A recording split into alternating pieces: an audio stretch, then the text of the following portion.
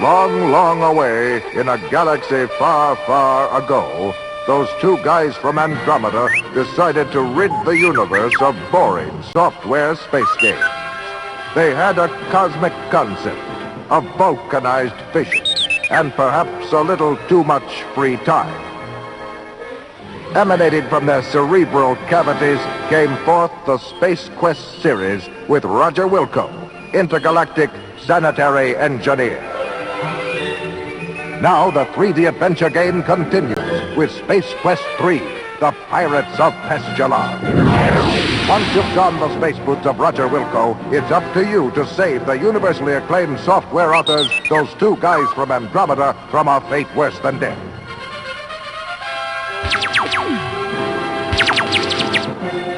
Spare these space dudes from churning out dull, mindless arcade games for the disreputable software company Scumsoft.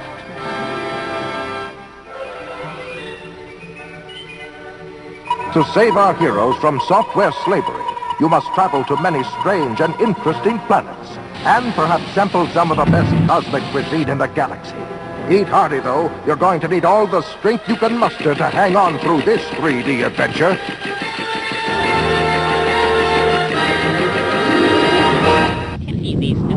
Meanwhile, in the dingy basement of Scumsoft, we find the two guys from Andromeda. Really? So what do you think of the new chicken quest? Fabulous, JP, fabulous. You think it's gonna sell? Oh yeah, like hotcakes. Big bucks, huh? Big bucks, big bucks.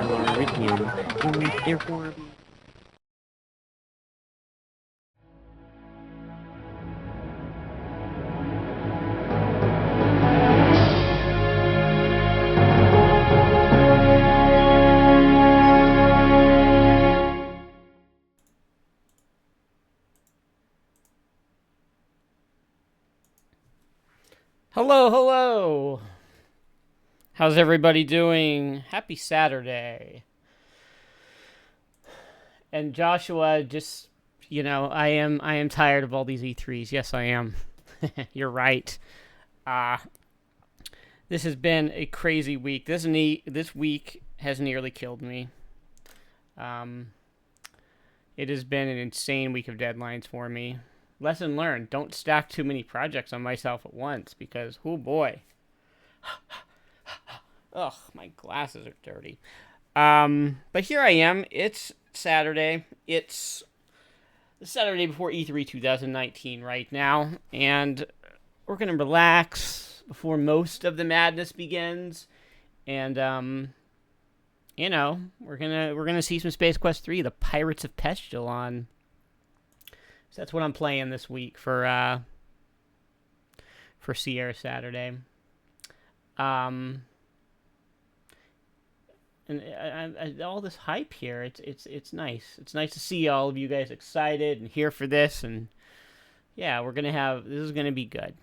I'm glad that you comedians on a couch. I'm glad that you took the time out of going to sleep to see that I'm live here and watch me for a few minutes. So thanks. Yeah, this is Space Quest 3, The Pirates of Pestulon. This game came out in 1989. It was the first and only Space Quest game to use the SCI engine, the Sierra Creative Interpreter, because after that, Space Quest 4 would be the first point-and-click one, so this was the lone one with the SCI engine. It came out for Amiga, Atari ST, Macintosh, and MS-DOS. And it is, one might argue, where the Space Quest series really hit its stride. I think so, anyway. It was, as you'll hear, it was another Roland MT-32 soundtrack masterpiece. It was kind of, I mean, I guess at the time you could have called it like a real showpiece for the Roland MT-32. It is probably, as far as Sierra soundtracks of the time, the most famous one. It was written by Bob Siebenberg, Siebenberg. I don't know how to pronounce his name, but he was the drummer for the band Supertramp, and they got him to do their soundtrack. They're like a prog rock. I don't know what you would call them, but he was one of their big gets in terms of soundtracks. Him and if you saw the King's Quest IV episode, William Goldstein, he's a film composer, or film and TV composer. He did the soundtrack for King's Quest IV, and then they got Bob Siebenberg for Space Quest III. So those were like their big like musicians, proper musicians that did their soundtrack. And this was also, as you'll hear in the intro, it's also the first bit of digitized speech in a Sierra game. So, yeah.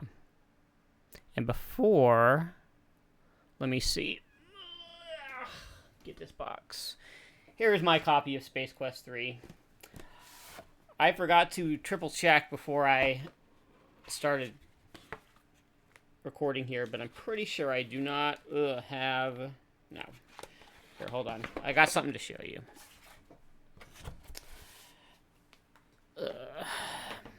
Before we start.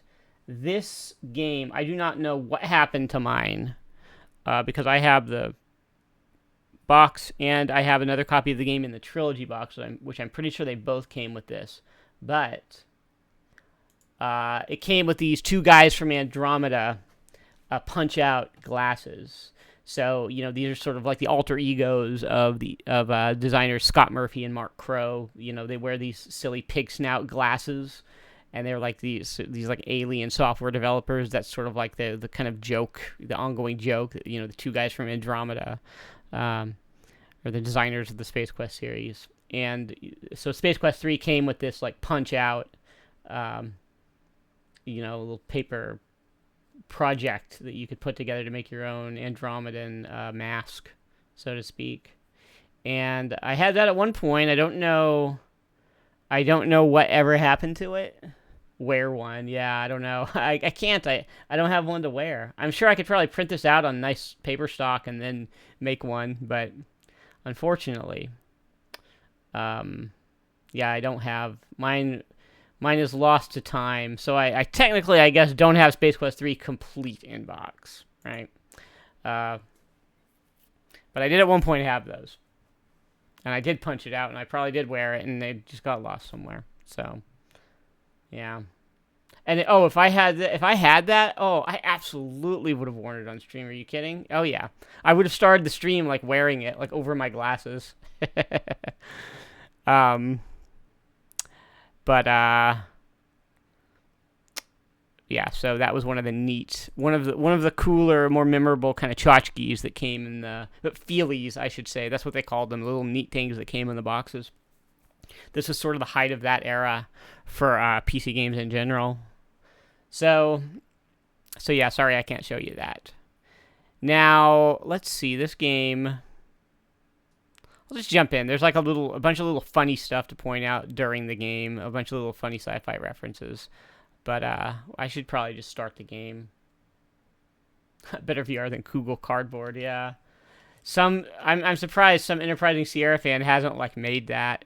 It seems like something to do. So let's see here. I have my sound on. My desktop sound is on, so you'll hear the music, which is very important for this game. This actually has a soundtrack all throughout for several of the areas, at least. Somebody was asking, I think last week, when do Sierra games just get background music? The answer is, for the most, well, Police Quest 2 did, but for the most part, Space Quest 3, right? So let's see. We are gonna jump right in here. There we go. A nice Roland MT-32 soundtrack. And this is just like a wonderful, wonderful soundtrack. All right, here we go. Move my window up here.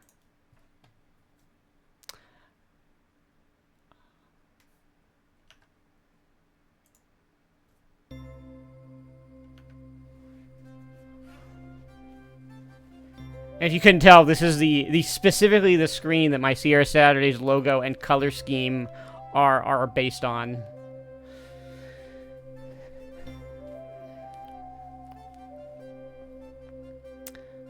A very different version of the Space Quest theme song. So this is like a rockin' soundtrack. It's great.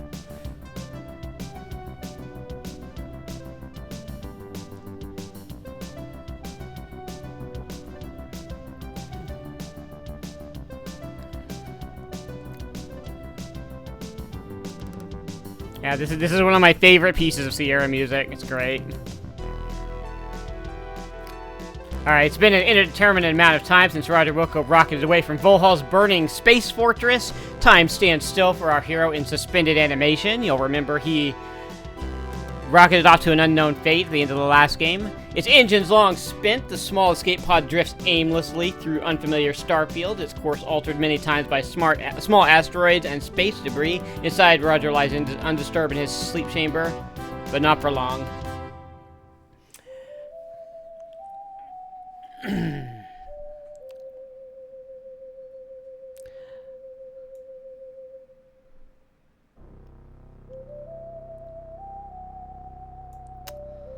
So we've got, somebody's detected him here. Do I use this music for aerobic warm-ups? My god, I would. If I did aerobics, hell yeah. Music, that's the kind of music that gets you pumped.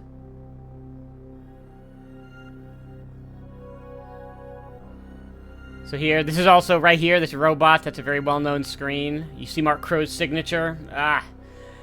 It passed really quick, but there was, in the bottom right of the screen, if you go back, there's Mark Crow's signature down there in the bottom right where that robot, the previous screen.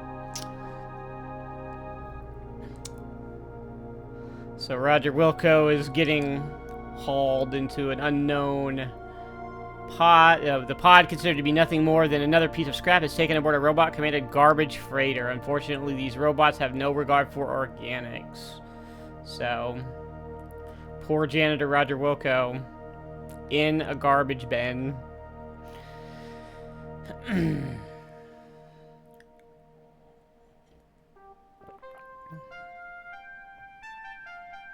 small pod is jarred by a sudden shock, which triggers the sleep chamber's revive mode. As the glass shroud slides back, Roger slowly begins to regain consciousness. So here we go. First piece of digitized speech in a Sierra game.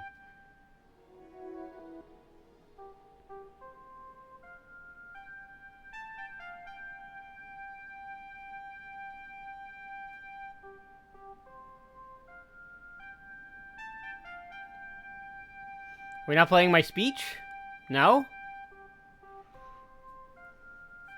Okay, well, I blame MT-32 emulation. God damn it. Well, he should have said, "Where am I?" I don't know why that didn't play.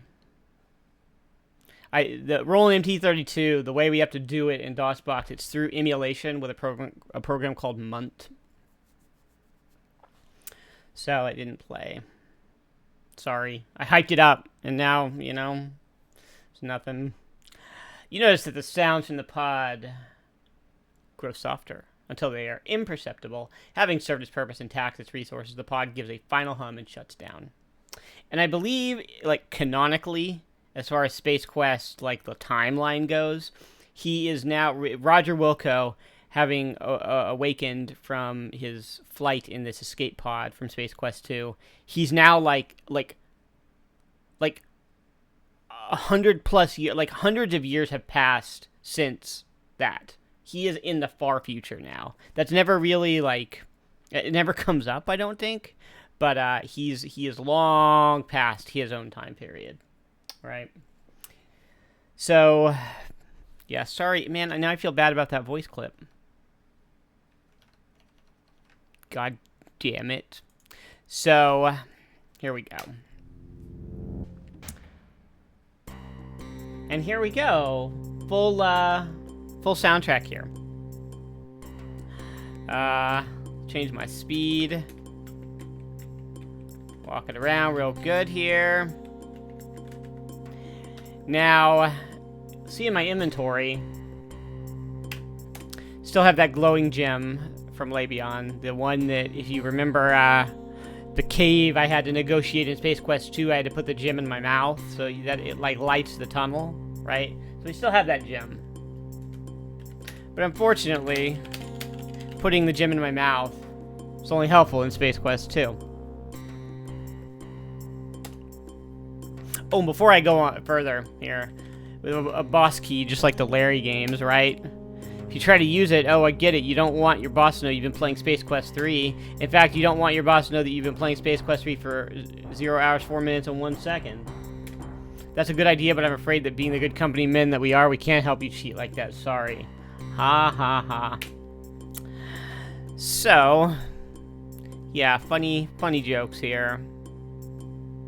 Now, there's an awful lot of stuff here on this garbage freighter. A lot of, like, little references and in-jokes and stuff. We're standing in the debris-cluttered junk bay. An escape pod rests in the middle of the room. There are chunks of metal lying around, which seem to be small sections of old spaceware. And we have to be very specific.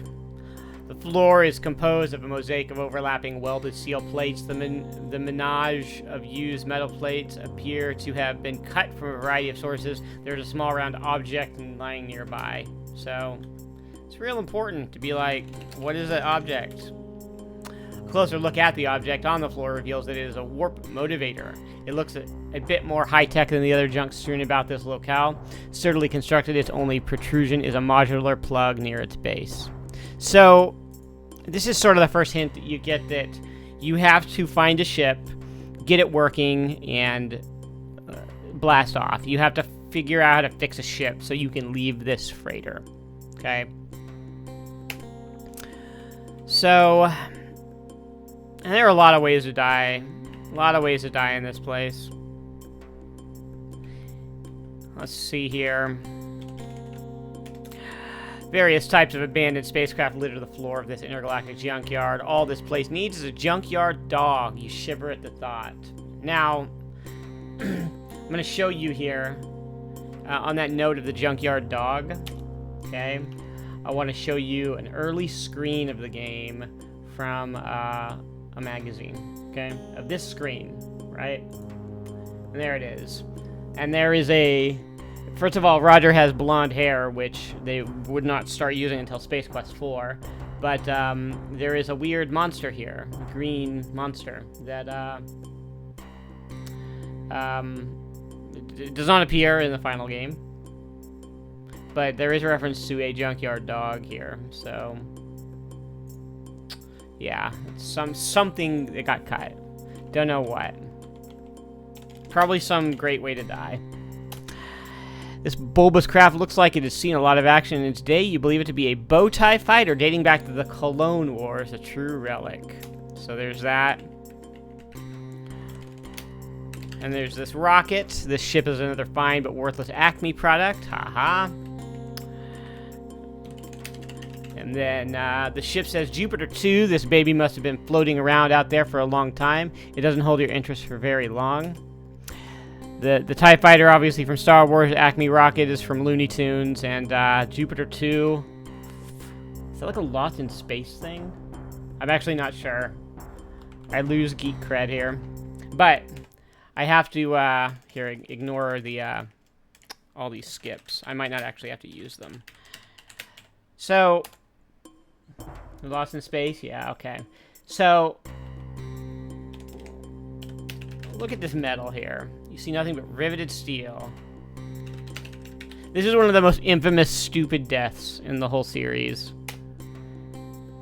You try to grab the metal and you just... you die. It's obvious that the metal was sharper than you. The resulting laceration turns you into a living fountain, at least for a few moments. Unfortunately for you, this show was your finale. Good luck in the afterlife. A brave but fatal attempt at arterial art. So, it's this absurd, like, I just tried to grab this and I died. It's the kind of thing LucasArts would make fun of Sierra for. And this is where they get really violent and really creative with the deaths and the death messages and stuff. Let's see. You're overwhelmed by the variety of space trash around each corner. A large bucket conveyor carries shredded ships to a horizontal conveyor high above. Okay. So we want to stand over here and get taken up in this conveyor. What could happen? I don't know. Well,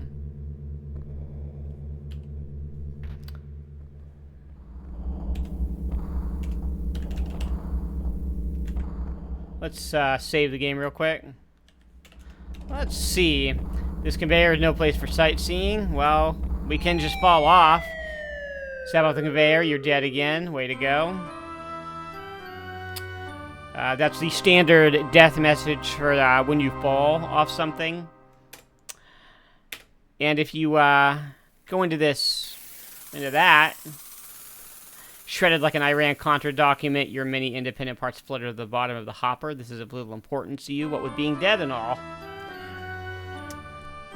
So, yeah, there's some pretty gnarly deaths here. You can also just do this, watch. To get some exercise. What you really want to do is jump up here. And yeah, this would have been, it's shredded about like an Iran-Contra document. This was in the 80s, right? So that would have been like a semi-relevant joke back in, I mean, I guess in 89 it was still like, kind of things were still being sort of mopped up, right? So let's see. In this room, the rail makes a U-turn. There is a machine here which hangs under the rail. There's a chute at the bottom. In the middle are panels of monitoring devices being tended to by a droid. And of course, we can just fall off, right? Step at the rail, you're dead again, right? There's that. And get in this grabber. Flopping into the seat, you grasp the forward/backward control of the grabber. And your view of the grabber from here reveals a forward/reverse control stick and a button marked claw. So, thank you for the cheer, AR Dust. Happy Sierra Saturday to you too. What we want to do, the puzzle here, and you know, if this had been the first time I'd been playing this game, I would have probably done a bit more exploration to figure this stuff out, but what you want to do, this is a claw for, like, you know, grabbing things. And so what I want to do is, let's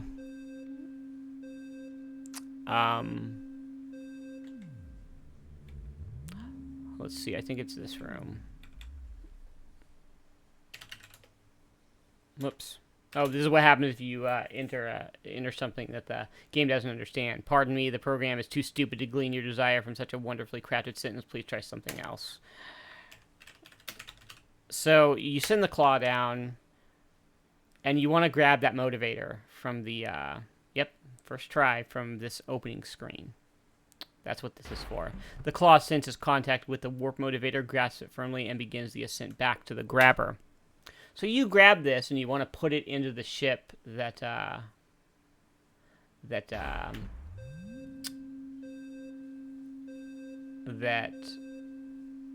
Roger's going to use to escape here.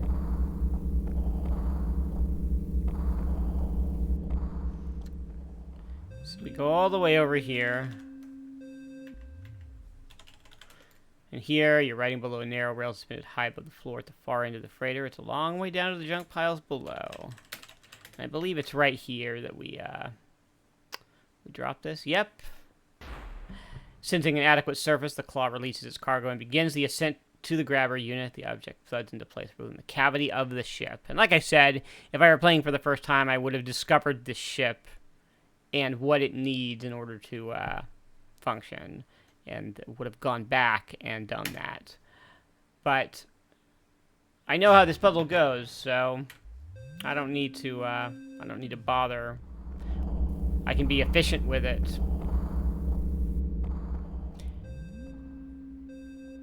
So now we go back here.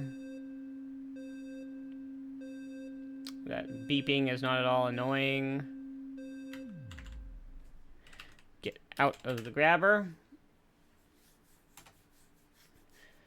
And because you asked, look at that. Remove clothes. I'll get naked. If you get naked, you go first. So I don't know if that is a direct response whenever this happens to the fact that you could do that at any time in Police Quest 1, but they did include a response for it. And yes, Sierra trying to sell those guidebooks. I'll tell you, this game, my memory of this game was that it was really easy. Because I remember when I got it, I beat it the day that I got it. This game is very short. And I didn't have a hint book, but remembering back at the time, I had an issue of Game Players magazine where Space Quest 3 was like the featured PC game of the month. So there were little hints throughout that I had going through this game. So I did have some help with it, but I recall beating it very quickly.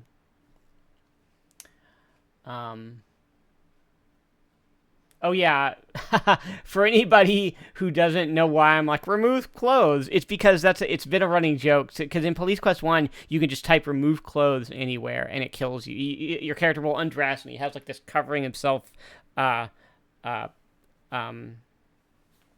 character, art, sprite, whatever you want to call it. And it's a game over. So... of course, every weekend, somebody's like, remove clothes. So, yeah, that's why.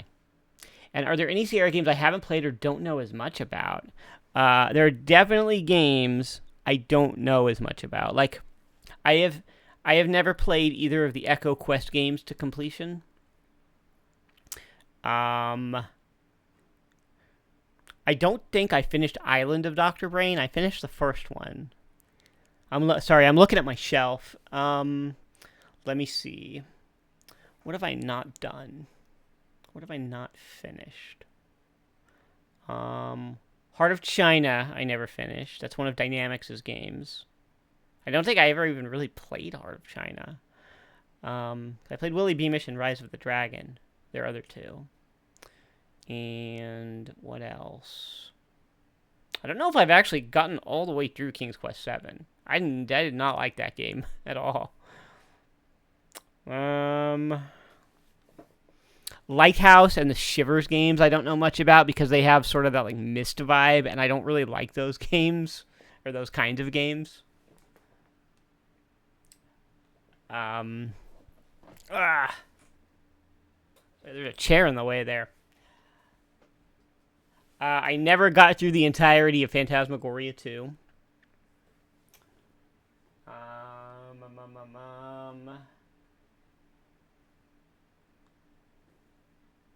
And then as far as the adventure games go... Oh, and Rama, that was Dynamix's other game. And I don't know very much about the Cocktail Vision games. Like Goblins and Prophecy, Lost in Time, Urban Runner, all that stuff. That's my biggest blind spot as far as adventure games go. I don't even think I'm going to... I don't know if I'm going to cover the Cocktail Vision games here. I don't really care about them as much because they're like the least Sierra-y, you know? But yeah, I've got a few blind spots, and especially like the non-adventure games, I don't know nearly as much about. I don't know. I've never finished Betrayal at Krondor. I've never played much of Dexter or like Sylphid or anything like that. So yeah, if it's not an adventure game, I'm a little bit fuzzy on it for the most part. There are very few. Like I played a lot of the Hoyle games. I played Jones in the Fast Lane. I played Lode Runner, The Legend Returns. But there are a lot of non-adventure games that I don't know too much about that they published. Aerox definitely going to tune in for which ones? Which ones are you going to tune in for?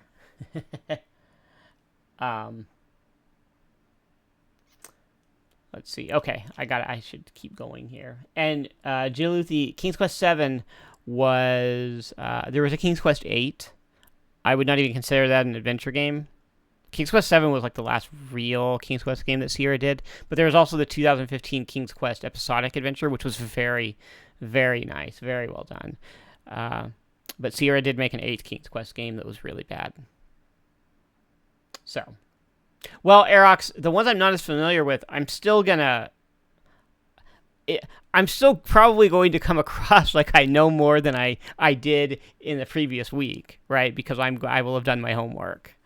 None of these are fresh. Like, I played through Space Quest 3 to prepare for this, right? So I don't miss anything, right?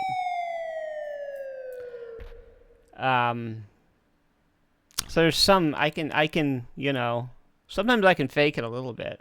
I didn't really know too much about Black Cauldron as far as the background of it. Like, I had played through most of it before I did that one, but that was the one I was the fuzziest on. And the Manhunter games, I've never beaten them like more than once before this because they're not that great. But I figured them out. I found out what they're all about. All right. So fortunately, you come to a relatively soft landing in a pile of debris. And there's some rats. You seem to be in a debris-enclosed hollow. Poking out of the ceiling is the chute which you originally entered through. Some crusty lamps linked by non-UL-approved wire provide additional illumination. And let's see, the floor is composed of a mosaic of overlapping welded steel plates. The menage of used metal appears to have been cut from a variety of sources, just like this other screen. Now, this is the one part of the game where it's like, it doesn't really tell you what you need to know. Some brittle-looking wire runs from lamp to lamp and then disappears into a hole to the left. This is a very finicky, like, it's right here, right? You can't really see the hole, but you have to, like, sort of ascertain that it's there. So you peer into the small opening and notice a tiny reactor, which seems to be providing power for the lights. Thank you for the sub, Tetsuro. Did the stream freeze?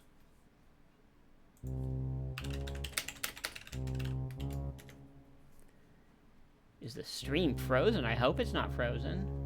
I'm just about to get this reactor.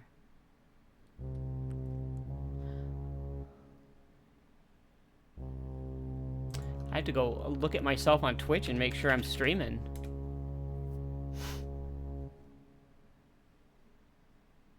Okay. Okay. Okay, let's see. Sounds like it's okay. So I want to get this reactor. You unhook the reactor from the cheap wires and take it with you. Oh, and that causes the power to go out. That's okay. Nothing bad can happen, right? Alright. Sorry, panic about the stream freezing. Don't want that to happen. Bending aside at the end, thin piece of scrap, you find an opening into another area and climb on in. Okay. So now, where did I go? So over there, to my right is where the garbage, the conveyor lifted me up. So there's nothing left there. But now I want to go over here. I think somebody asked if I'm going for a perfect score. I'm always going for a perfect score, man. You're quite impressed by the size of this junk freighter. The skeletal remains of a stripped-down space tanker stage lie half buried in scrap. Alright, so I'm gonna go over here onto this screen.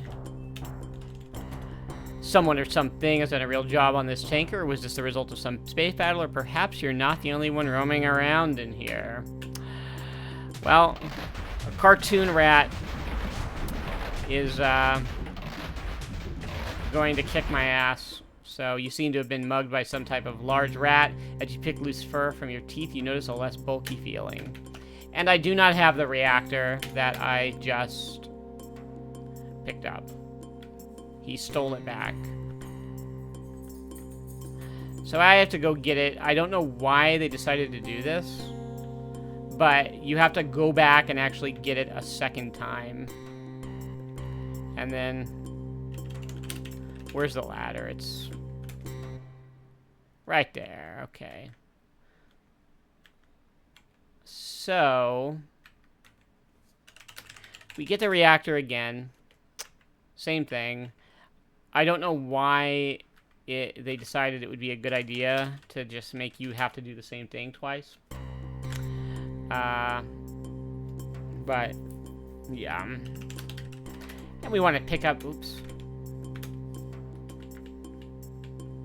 Oops. Where's that ladder? Alright, you grab the ladder and jam it in your pocket. Ouch. And let's look at this stuff. We have an auxiliary reactor, and we have a ladder. The evenly spaced rungs allow altitude adjustments. Alright. Thank you for the follow, Tantalum.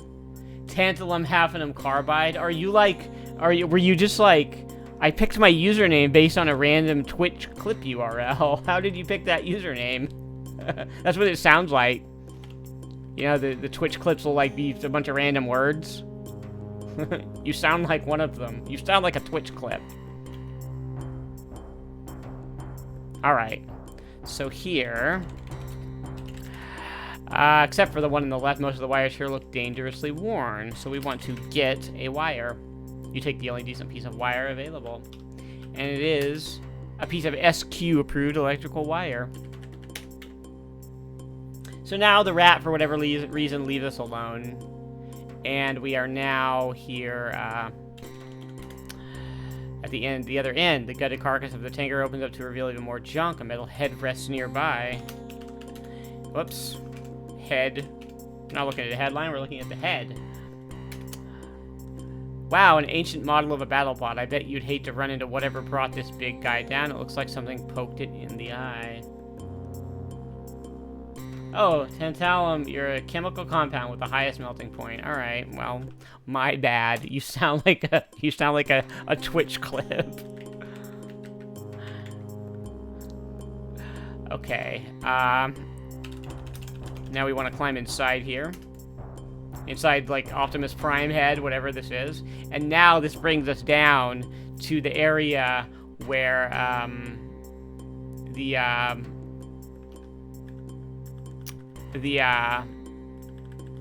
put the thing into the ship, right? So... ordinarily, I would have arrived at the screen first, and then gotten into the ship. You'll see, and then I would figure out how I have to go repair it. You find yourself at the bottom of another trash pit. An interesting array of alien artifacts is strewn from one end to the other. A large ship is in the middle, and a small one is off to the side. Look at this. Oops. Oh, how do I? Okay. Is it gonna know what ship I'm looking at? It's a cute little thing. You've never seen anything like it in these parts, but then where are these parts? Some writing on its exterior reads Bowman was here, and the pod, I want to say the pod is 2001: A Space Odyssey reference, and Bowman, I believe, is a reference to someone who worked on Star Trek: The Next Generation. Oh, look at this. Roger, like, half of him, look at that. Half of him is gone when this text screen comes up. Oh, it's a cute little thing. You've never seen anything like it in these parts, but then where are these parts? Some writing on its exterior reads for a good time. Don't call Hal. So, yes. I wonder what other writing it has here. Anything else? Is it just those two? Ah, I guess so. Alright. But more importantly is the aluminum mallard.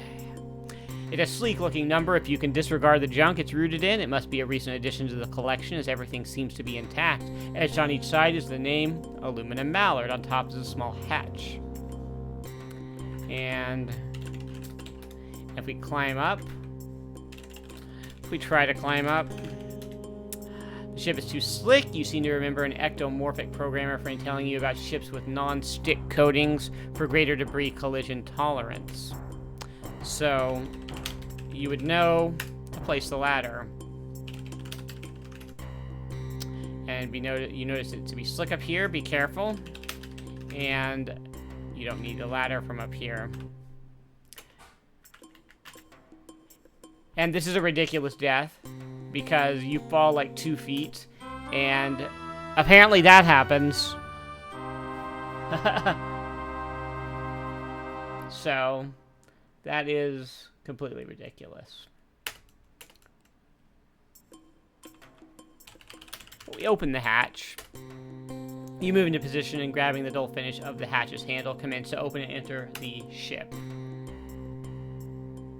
So the aluminum mallard, obviously, it is a Millennium Falcon joke. At first, you're surprised at how intact the ship's interior is. Immediately to your right is a panel with a red button. At midship on the right wall is the ship's main diagnostic computer. Directly across are 2 passenger seats. Ahead of you is the cockpit.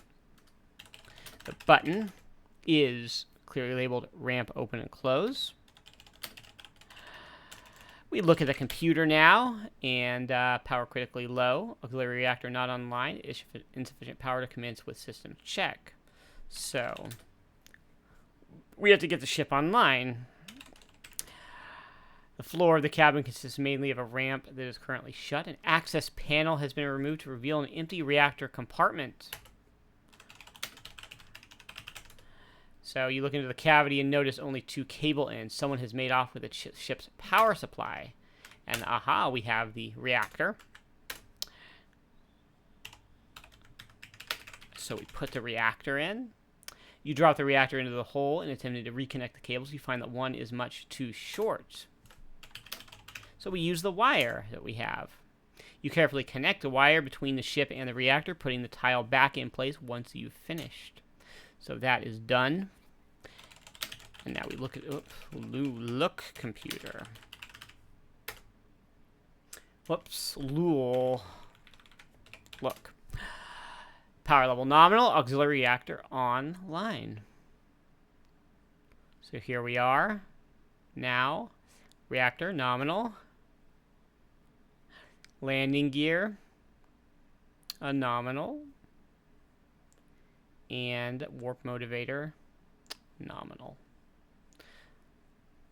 So this bird's in good shape. That would tell you what you still have left to do. So this is actually, I think, a pretty well done puzzle where, you know, a normal person would get to the ship and be like, how do I power it? Oh, it needs this warp motivator, which you saw if you looked around on that first screen. And you could figure out, oh, I need to put it in the back. How do I get it in there? I can't lift it. There's this claw. I can use that. And then, oh, the reactor. It's obvious from that hole being open. Something goes in there, and then you get the wire. You know, it's clear what the reactor and the wire are used for once you get to this. And then, of course, you need the ladder. You remember running across the ladder once you're like, I can't climb it up the ship. So all the pieces to get this I think, are laid out pretty well. This is a well-designed puzzle. You know, it's an especially well-designed puzzle.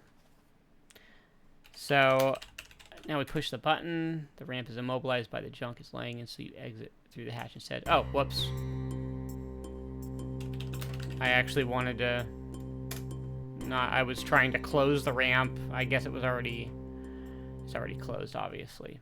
So now we want to sit. And now you are sitting in the pilot seat of this sporty little ship. In front of you is the control panel, which contains a computer screen. And the pilot seat is covered in fine Vorlian pseudo-leather, ergonomically designed to be comfortable yet stylish. I wish that it didn't differentiate between these two commands, but if you search the seat, you find among variously colored wads of lint 7 buckazoids, which is, of course, Space Quest's currency. And this is like an optional kind of hidden thing that you get more money later, but that's just a thing you can get there. And let's save the game here. So now the computer is here. Okay, well, we'll turn on our engines. Great. And then now we can just take off and get out of here, right? Okay. You feel a strong rumbling as the ship strains to loosen itself from the confines of the junk heap accumulated at its base. Finally, it begins to rise. And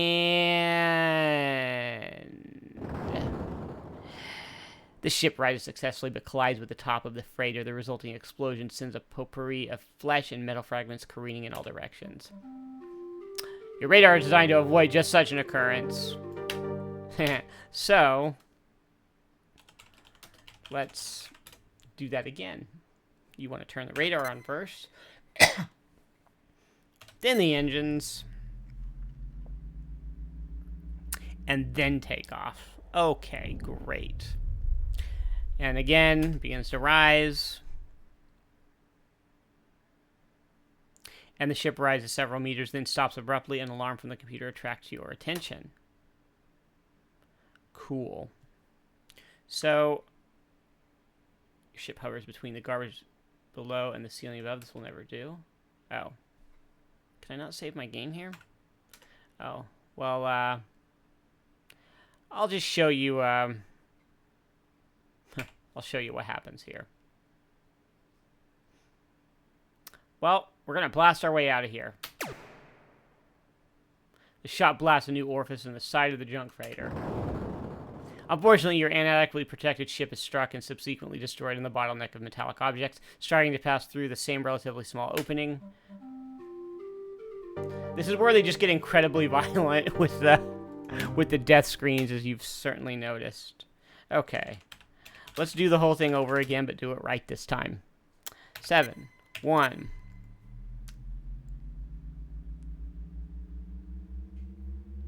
And 3. And we rise up. And then here.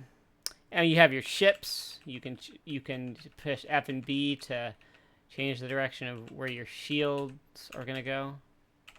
Right? Your ship shields. And then you put your shields on the front of the ship and hit fire. And now the pressure generated by the desire of the ship's atmosphere to escape to the considerably lower pressure of space causes your ship to be spit out like a watermelon seed. Was there a VGA version or just this EGA version? It was just this. This was the only version of Space Quest 3 that there was the EGA. Yep. This never got remade. The only ones that got remade by Sierra were the first one. Like King's Quest 1, Space Quest 1, Leisure Suit Larry, Police Quest, Quest for Glory, Mixed Up Mother Goose, and Hoyle's Book of Games. Those are the ones they remade into VGA. And then there were fan remakes of a few games in VGA, including Space Quest 2. But nobody ever remade Space Quest 3. The VGA Zorbs, I would contend that the VGA remakes almost unanimously are better than the originals. The remakes of King's, well, it wasn't VGA, but King's Quest 1, Space Quest 1, and Police Quest 1 are absolutely the better versions. Quest for Glory and Larry, you can make an argument either way, I think, but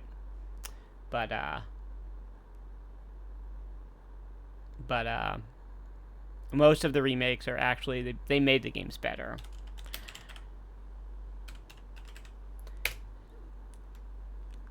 Oh, Space Quest 3 fan remake. I'd be interested in seeing that.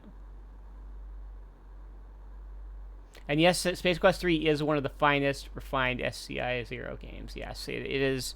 This is one of the better ones. They made a lot of good SCI Zero games, though. Police Quest 2 was good. I would argue Larry 2 was okay. I know it's not the best. I cannot separate it from my nostalgia. And you'll see that Conquest of Camelot was a very good game, as well as the two Quest for Glories. So now, here we are. The galaxy is our oyster. We have planet Ortega, a volcanic crater-strewn surface. We don't want to go there just yet, because we cannot survive it. There is the planet Flea-Bite, light atmosphere, one known settlement. And there is Monolith Burger Fast Food Dive. Haha, a finite number served. So, what we want to do is go to Flea-Bite. That's where we're going. That is the first destination. And I will show you, you'll see why. There's a certain order we have to go. Right now, basically, we're going to Flea-Bite because we don't have any money. And Flea-Bite is where you get money. You need money to do anything at Monolith Burger. And you also, you get the item that you need to survive on Ortega there. So,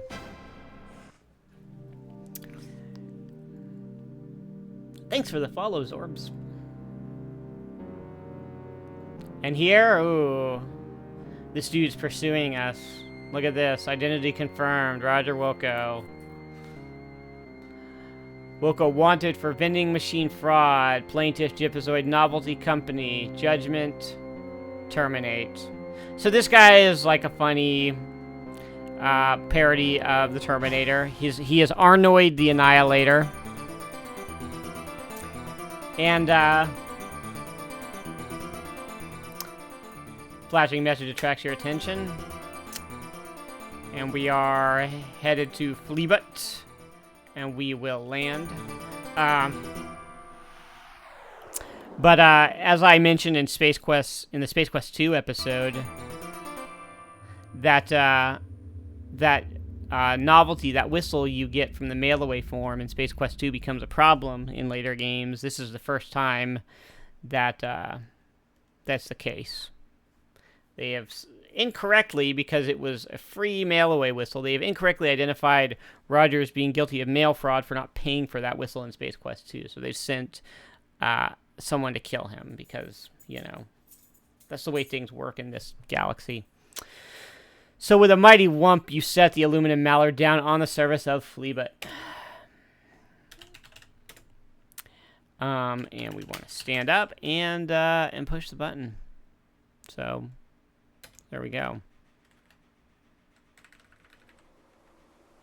As you step out of your ship onto the surface of Flea-Bite, you are hit in the face by the harsh winds. It looks like a storm is brewing. All right. Meanwhile, another spacecraft touches down elsewhere on the very same planet. Oh, was it a shipping thing? Is that like what the... He didn't pay the shipping?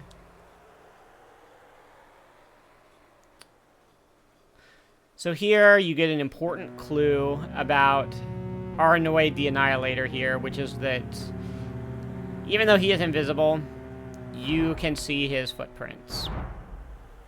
That becomes important later.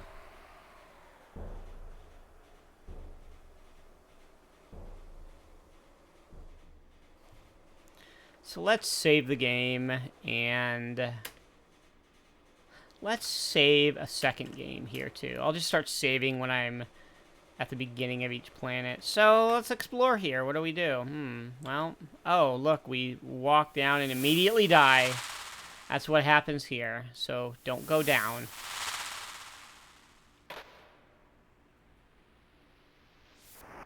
Yep.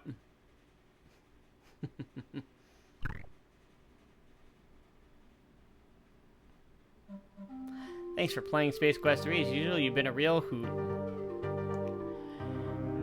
So yeah, that's bad. And as far as they probably just didn't want to design the character. No, there's a puzzle that goes along with, like, the invisibility belt is important later because you get it from him, as you'll see. So here on Flea-Bite. Whoop. Am I caught here? Okay. So let's see.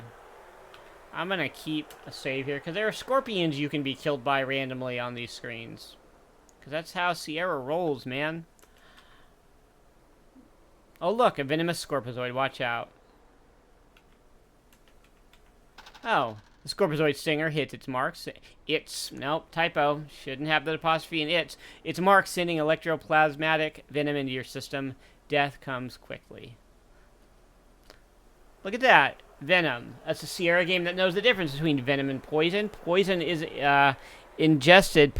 Venom is injected. So that'll come up in King's Quest V when they didn't know the difference. So there's that. All kinds of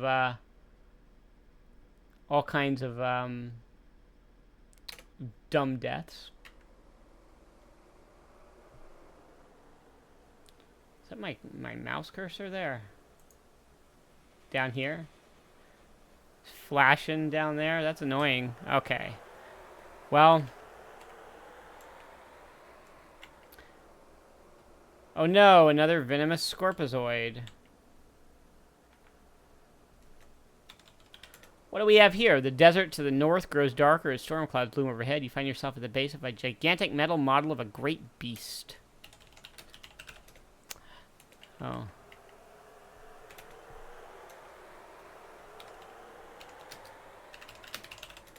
Okay, there are 2 signs here.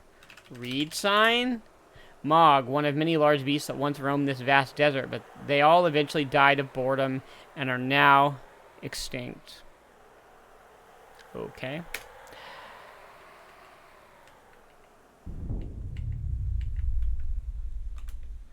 See Flea-Bite from Mog's head. Entrance free. Sorry, temporarily closed for repair. Okay. Well, what happens if we go up here? I don't know. Do we get struck by lightning? Yep, that's exactly what happens.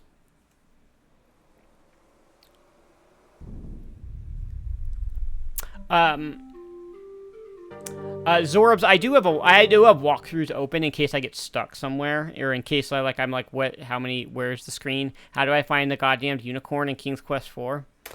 But I remember most of this because this isn't like a blind playthrough. I've beaten most of these games, years ago, and also I did some prep.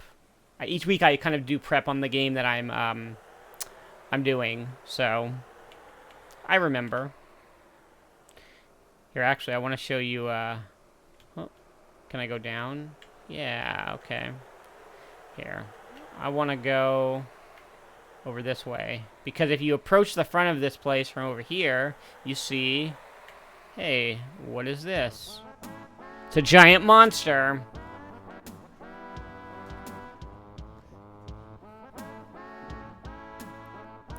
Alright, so here we see, this tourist trap run by this weird racist alien.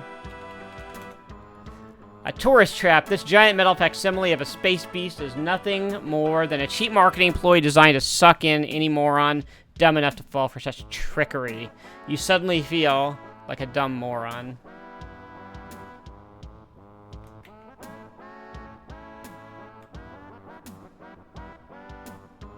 Alright, let's see. Let's save here. Okay. So, howdy stranger, the name's Blastfester Blast. Welcome to the World of Wonders. Go ahead, have a look at some of the trendiest items in the known universe. Make the most of your vacation. Buckazoid. So, we have to figure out, first of all, what to buy and how to buy it. Cast-off refuse of a dozen worlds clings to every available surface of the store. You're astonished at the diversity. You're even more astonished that someone would buy this stuff. And of course, I only have 7 Buckazoids, right?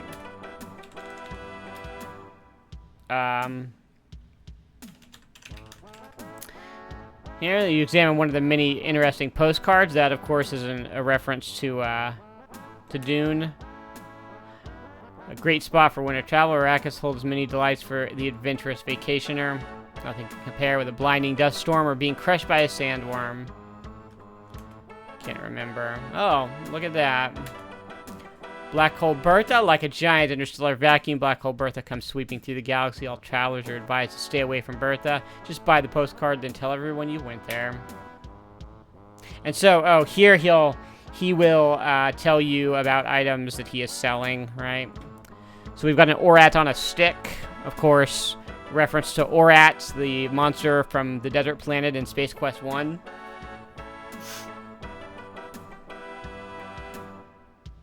Yep. What else we got? So he'll offer you basically all the things you need to buy, right? The official Astro Chicken flight hat. You really turn some heads in this sporty little number. It's modeled after the hot new arcade game that's sweeping the galaxy. Yeah, this is the first appearance of Astro Chicken. And then, finally, one more item here. Any high-temp plants, this nice pair of thermo-weave underwear will keep your internal environment pleasant on even the sweatiest worlds. And that is the item that we need in order to survive on Ortega. So, let's look at a couple more postcards. Oh, there's Ortega. The volcanoes of Ortega are constantly reshaping its surface. Dressed in heat-resistant underwear, the hardy traveler can find a lava lover's paradise on this starkly enjoyable planet. So there's a hint if you bother to look at that. Roberta Land. Come join the fun at the fun park of the future. See characters from your favorite stories come to life again and again. Recently revised, so don't miss a single thrilling scene. Oops. Oh no, what happened? Acheron? The friendly creatures of Acheron are a delight for young and old alike. Tame enough to come right up and caress you, yet wild enough to slash you to shreds if provoked. I must have skipped one there. Oh, here. Let's go back and see the one I skipped. Oh, no, it's the next one. Oh, you examine one of the many postcards. Beta Alpha Starless region, looking for some real solitude. Come to a place that's so far from everything that you can't even see stars. Mind-numbing boredom greets you as you drift aimlessly through nothing. A must for the brain dead. Okay. So,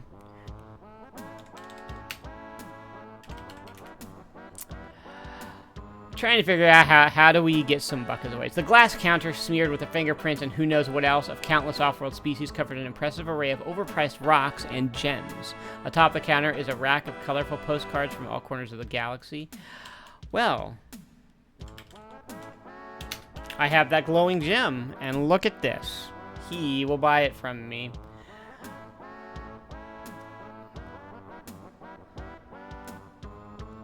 So, he'll take it off my hands for 350 buckazoids? No. For 400? No. You want to sell it for 425. That's the highest number he offers. And now, with all of my money, I want to buy the Orat on a stick. I want to buy the hat. And I want to buy the underwear. Great. So now I have that. Orat on a stick. You can open his mouth and close his mouth. Hours of fun for all. Thermo-weave shorts. They keep you cool and they're oh so stylish. And your official Astro chicken flight hat. Man, the babes will really dig you in this. Okay. Oh, I can't save now. And the hat. You don the jaunty hat. You feel more sporty already. Well, now that I'm done here, he warns me about the lightning, which we've already seen. And I leave wearing my cool hat, which, that's fine. We didn't need it anyway. There's no use for it in the game. You just get points for buying it. And Oranoid says, so this is Roger Wilco, the man I've been sent across the universe to track down and terminate. I'm not impressed. You were too easy to find. You tend to leave a mess wherever you go. Seems you forgot to pay for that Labionian terror beast mating called Whistle. Now let's see, with interest that comes to 400,000 buckazoids. I don't think you've got that kind of cash on you. No, I don't think so. The good people at the Gypazoid Novelty Company are most displeased. Non-payment is a serious offense. But lucky for you, I'm in a good mood today. I will count to 10 real slow. Then I track you down. If you make it to your ship, I forget I see you. But if I catch you again, I dust you like bunt cake. So, he says, I will give you a head start. So, I'm going to save right here. There are two ways to kill him. The first is to go in here. Whoops. Ugh.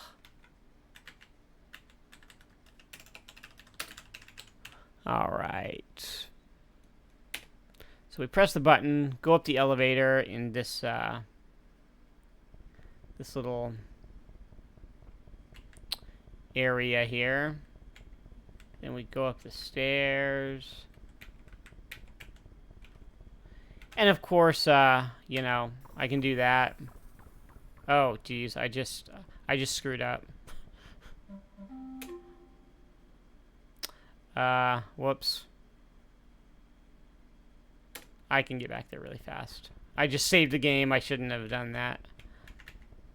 So he says, I see you, Wilco.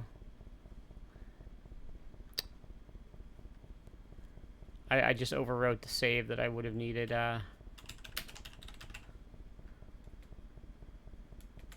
Oh no. Whoops. Do I not, was I not close enough there? So you push the pulley and you knock him into the gears. So, or else he kills you.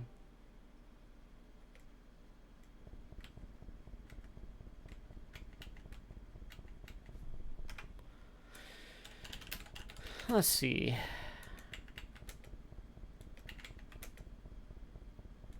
Oh. Okay. I need to be right by it. Right there.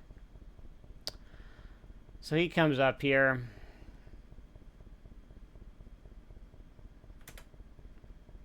Oh my god! Oh my god, why is... Okay. Is it within reach now, maybe? It's very finicky with the placement here.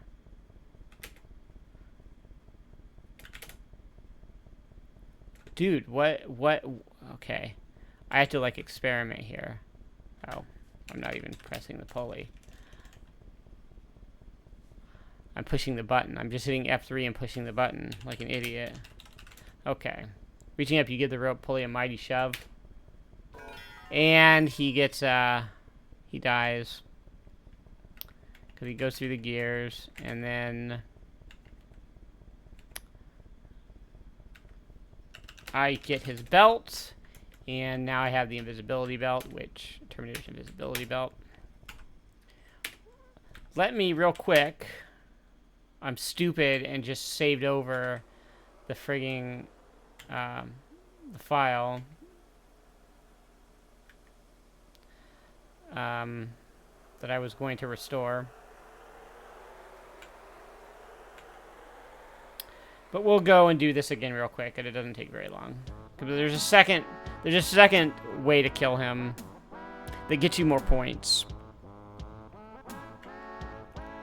And yeah, murder is always the answer in a Space Quest game. This is yet another game where you're murdering in a Space Quest game.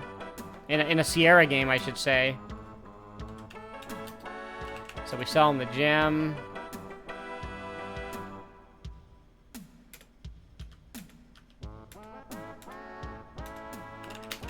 Buy their rat. Buy the hat. Wear the hat. And then we buy the underwear. And then we leave. Great. And he goes and grabs us and was like, hey, I'm gonna kill you now.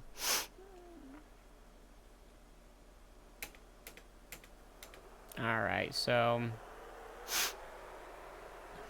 now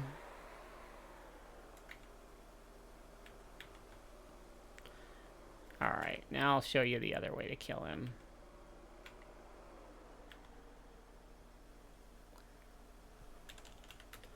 Look at this, you're struck by the sight of a giant beast just beyond the sand dunes to the north. Uh-oh.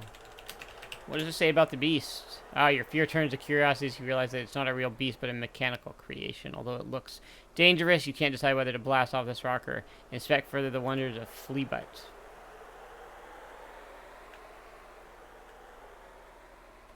So... Oh no! Oh, he already caught me. Jesus. Alright, well... Let's try going east first. Let's see here. And now... Ah! God, is this just like not... is there like a timer issue? This wasn't happening to me the other day.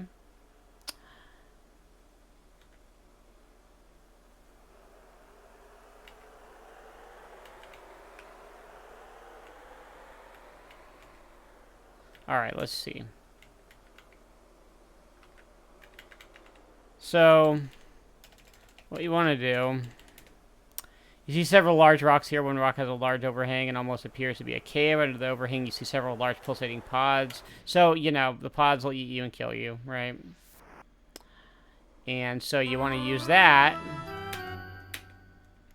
to your advantage here.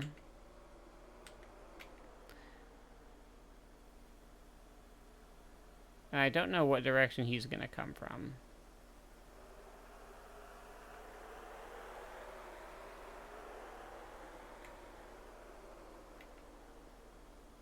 But you want to get him over here under the pods, and they will eat him, and then everybody's happy.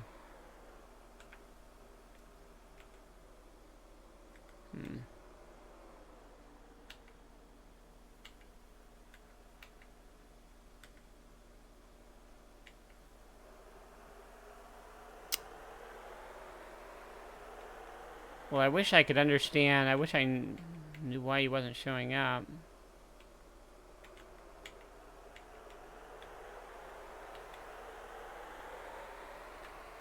Oh no! No, not you. Oh, hey, are you not gonna eat me? Great. Okay, here we go. What? What? No!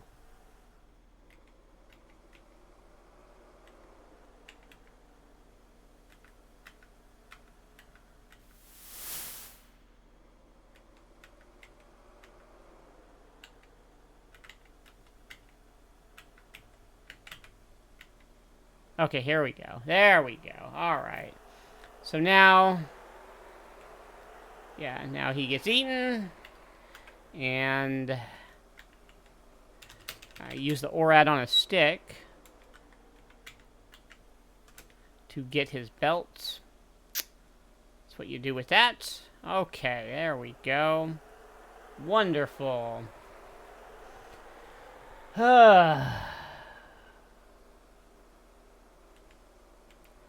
This game is definitely not long, Joshua. The rest of it is going to go very quickly. The number of points there are a couple of actions at the end of the game where you just get 200 points a pop, or rather 100 points. You just get the last 200 points immediately, right? So, yeah, this is not a long game at all. Okay, so now I can push the button.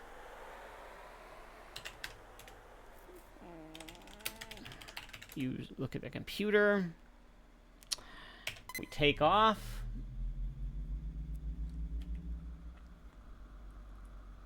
And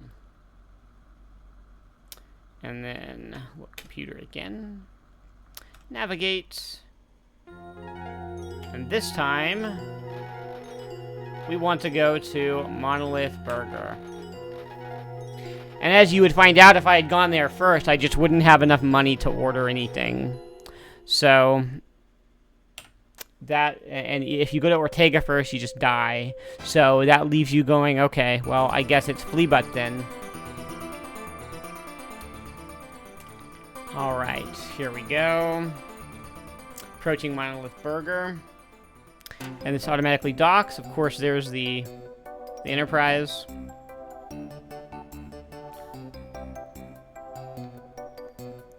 Did they try to use the large amount of points as marketing? I don't know. I don't know if that would have ever been like a thing. With the docking maneuver completed, the engine shut down. Welcome to Monolith Burger. Yeah, I don't remember points being like a thing that mattered as far as like... people were never like, oh my god, do you see how many points are in the Sierra game? That was just never a thing. Alright, you pop the hatch and ramble on in. Alright. This is, of course, their McDonald's. The decor, like the food, is the same in Monolith Burgers all over the universe. Generic counter clerks are eagerly awaiting to help you. Diverse life forms are crowded around the counter and sitting in booths consuming what can only loosely be termed food. So we go over here. And let's see. I'll show you a funny death. Let's go into this guy's ship. Get out of my airlock, geek. Alright, well, how about it? No. And he says that's it for you, bozo. And he just kills you.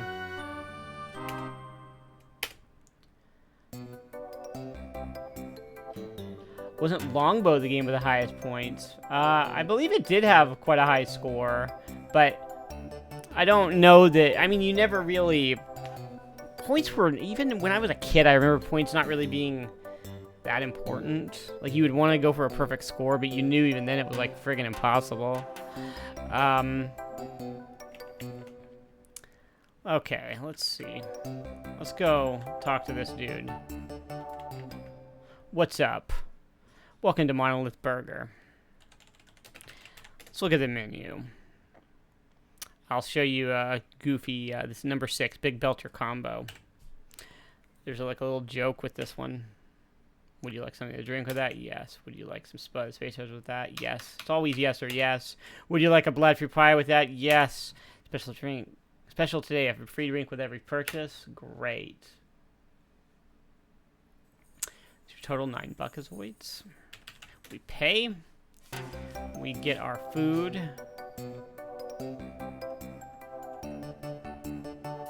Do I actually remember this stuff like the deaths? I tend to remember, like, when I play the game, well, like, when I was, like, doing my prep for this, I remember, like, walking in here and being like, there's totally a death if I go through that door. Like, the guy's gonna kill me if I try to go on his ship. So the deaths are the things that really, they will completely jog my memory when I play the game, more than anything, because a lot of the deaths are pretty memorable. Let's see, you gingerly pick up the greasy bag. You can hardly wait to have a seat and dig in. So we eat. Okay.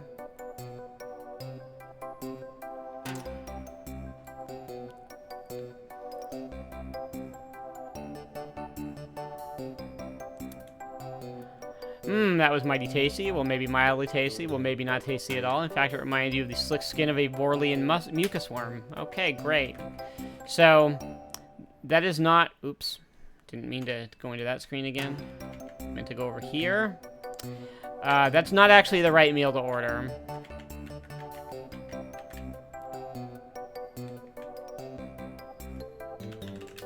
So we get in our ship.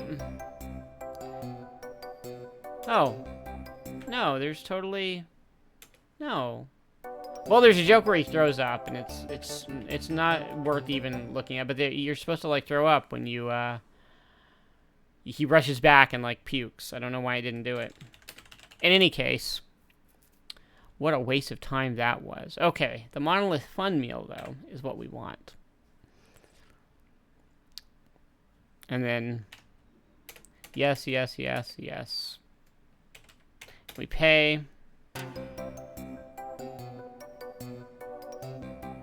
Oh, I guess I could have paid for that with the $7 I got from the seat cushion, right? So we could have gone here first. Oh, I guess I have to eat, huh? Alright. We eat the meal. Nom nom nom nom. And it gives us, I believe, the same message. Right? You eat that Happy Meal, Roger Wilco. Ow, what's that in my burger? Oh, it must be my Fun Meal prize. Hey, it's a swell decoder ring. Alright. And then, yep, same message from before. And now we have this ring with which we can decode any secret message. Well, almost any secret message. And that's the important thing. Alright, now we have Astro Chicken by Scumsoft. And this is a dumb arcade game that you have to play. So what happens, we'll see if I skip this or not. So you have to, this is kind of like a lunar lander kind of situation where you have to, like, land him on the pad, right? And if you land him too fast, he will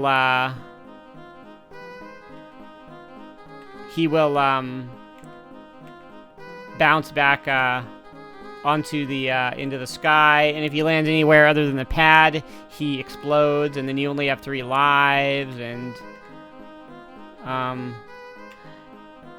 oh, see, that happens.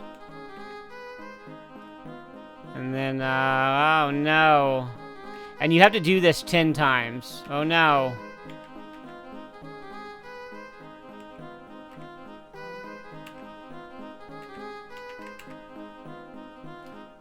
Oh, god damn it. Ugh. And it's really annoying. Oh, there we go. There's 3. And once you do it, 10 times, you get a secret message for which the decoder ring, it will show you what the message says. Oh, you actually find it harder when it's too slow? Oh my god. No way. Because if it's too fast, see. What was that, 3?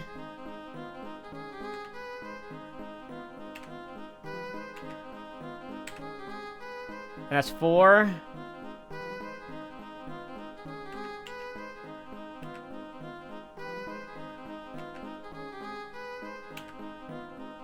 That's 5. I want to see if I can do it. Oh no. 6. Oh, it's being kind to me. It's dropping me right below the right above the pad. That's 7.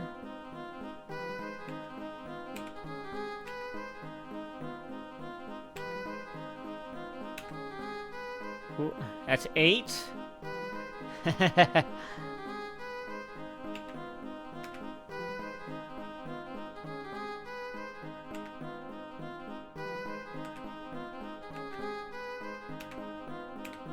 That's 9. Oh, look at this. I don't even need these skips. Oh, or that was 10, actually. Oh, look at that. And you get this message, and it's nonsense, but if you had bought the Happy Meal, you'd go, oh, I have a decoder ring, right? So the secret code goes something like this. Oh, God. Does this walkthrough tell me what this... Oh, okay. So here is what the message says. It says, help us. We are being held captive by Scumsoft on the small moon of Pestulon. An impenetrable force field... An impenetrable force field surrounds the moon. It must first be deactivated. Its origin... I don't know if this is a walkthrough, but there's no apostrophe before in it. Its origin is unknown to us. Scumsoft security is armed with Jello pistols. We're counting on you, whoever you are. 2 guys in trouble. 2 things. I'm shocked Jello didn't sue them. And 2, you may have noticed, so far in this game, there has been no plot. Like, there's no guiding force. It's like, what is the point of this game? What is the plot? What am I trying to do? Where am I trying to get? Like, what is the point of this game? This is the entire narrative of this game is in this message, right? The entire plot of the game is right here in a message that it doesn't even bother to decode for you. Which is it's a little stupid, right? I don't think that's a great, whoops. Ooh, I should probably put my speed back. I don't think that's a great way to do things. It's just not a, it's not what I would have done, So, you slide back into the ship, closing the hatch behind you. The docking control beam begins, guiding you safely clear of Monolith Burger. And now, we go to,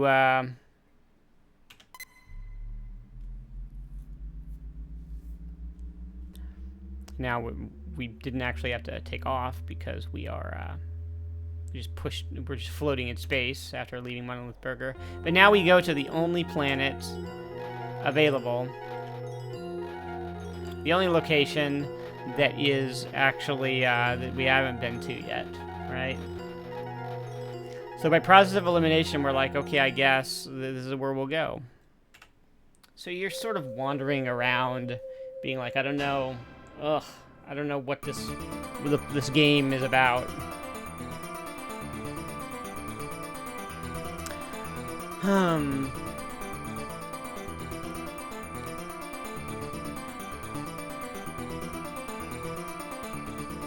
Well, this is taking forever. Alright, here we go. Great. Oh, so Scumsoft? This is actually a good place to talk about Scumsoft.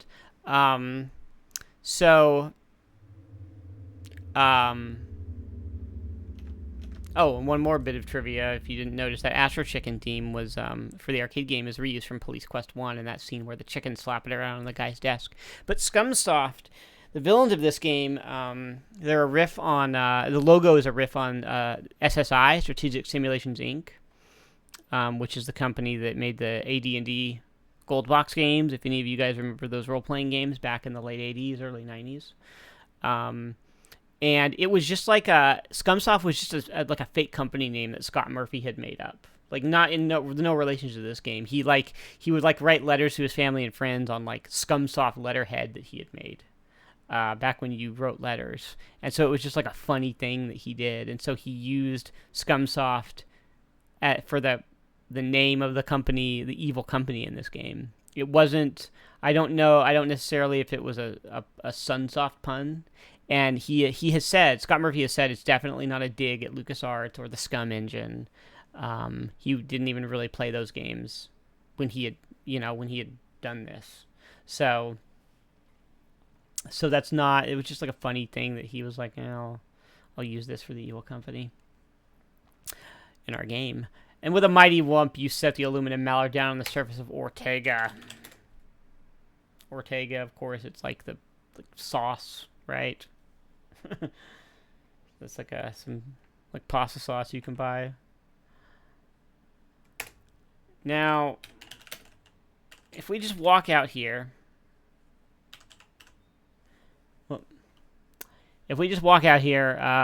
we die. My, this is one hot planet. Hopefully you'll last more than a few minutes. Okay, cool.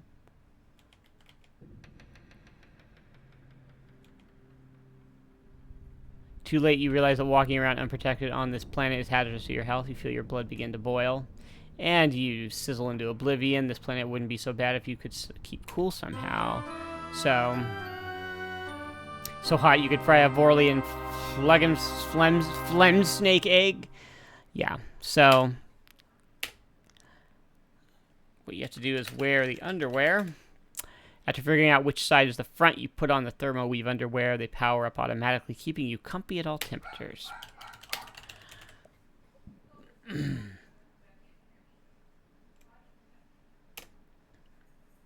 So, yeah.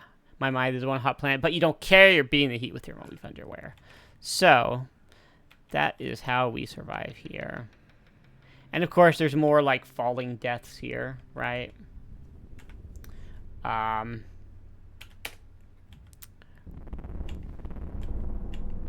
It appears that parts of this planet's surface are not entirely stable. Not entirely stable. Better be careful or you'll end up in that lava fondue below. Is it down here? Yeah, so what you want to do is not go out here where these guys are or they kill you. Way to go, Ace. You blundered your way within range of the Pirate's Jello gun. You suffocate in an impenetrable block of Jello. Something you would have no clue about if you didn't decode that message. As your light sputters to a close, you decide to cut down on desserts. So, what you actually want to do is just, hide here. What's going on here? The planet Ortega is truly a lava lover's paradise. Volcanic activity constantly reshapes its surface. Again, those apostrophes, they cannot get their its and its right. Scott Murphy and Mark Crow, you guys need a copy editor, man. You gotta, it's and it's not that hard. It constantly reshapes its surface, so if you have any maps older than last week, throw them out. What is up with these men? Obviously loyal company men, the Scumsoft employees, which you would have no clue about if you didn't decode the message, are happily performing their duties, but looking at their weapons, you probably don't want to get too close. So, here, I feel like a normal person would be like, I don't understand, I need to figure out how to get past this screen and then leave. You wouldn't sit here and wait. But the solution is, you need to sit here and wait for these guys to leave. And it takes entirely too long for, like, what, you know, an adventure game player would... I feel like a normal player would walk up the screen and be like, okay, how do I do this? How do I get them away? But there is no puzzle, it turns out. You hear the roar of the pirate's scout ship taking off. The ship streaks across the sky to an unknown destination. Alright, so they're gone. So let's see. There's a telescope and an anemometer on a pole, some seismic equipment, and a crate of some sort.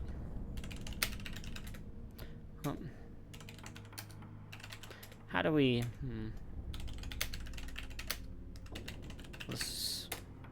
Okay. Okay, well, can't do anything with that anyway. But what we want to do is... Oh, God damn it. Is just mess with this other stuff. Look at the telescope.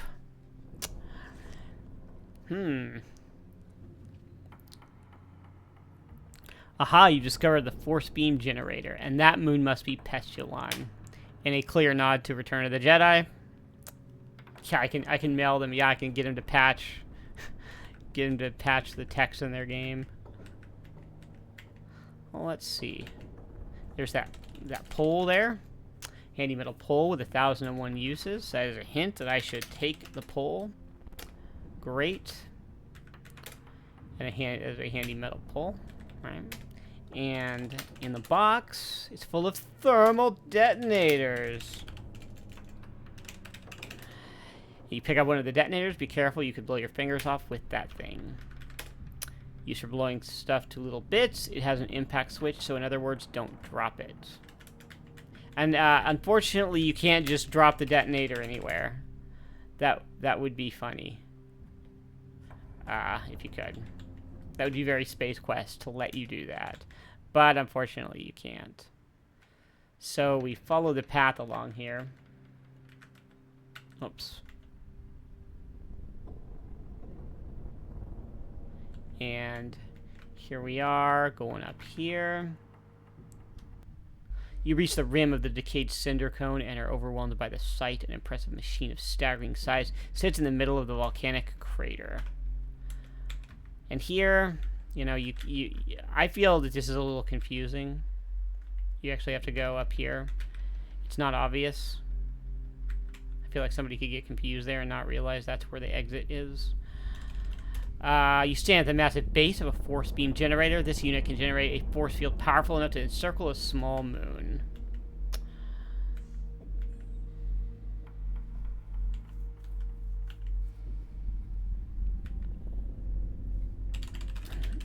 Well, let's climb up this ladder.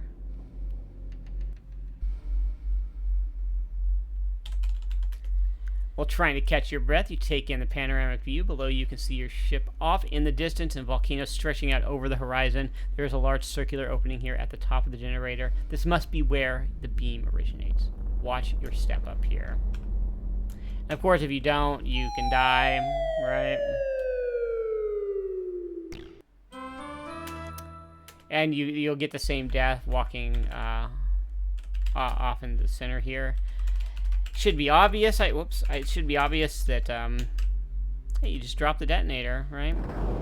That's like the end of Leisure Suit Larry 2, but not as finicky with the parser. But you should be thinking, oh, I want to destroy this so that force field is gone. The explosion disables the force field generator. You may now safely travel to Pestulon. And now, whoops. I want to climb down the ladder. And... uh-oh, that detonator has apparently set off a chain reaction of earthquake. You'd better get off this rock ASAP. Whoops. So now, we'll just get out of here. Go back the way we came. And that... get us back to the ship.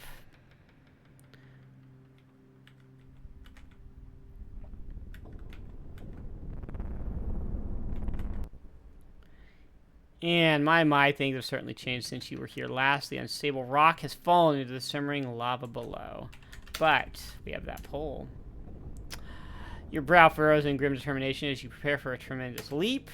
And, whoa, the Romanian judge gives you a 9.5, a truly outstanding jump by one of the finest young athletes we've seen this season. You'd like to try that again, but your pole seems to have fallen into the tumultuous lava below. That's fine. We'll just go here, get in the ship.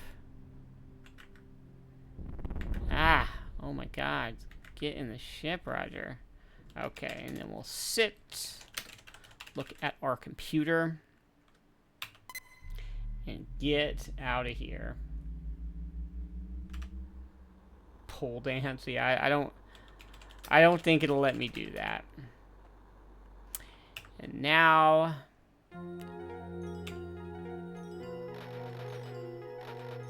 let's see, where are we going? Not Flea-Bite, we've been there. Not Monolith Burger, we've been there. But no, Pestulon, Sector 69. Unknown surface, uncharted, it figures. So that is the final location in the game.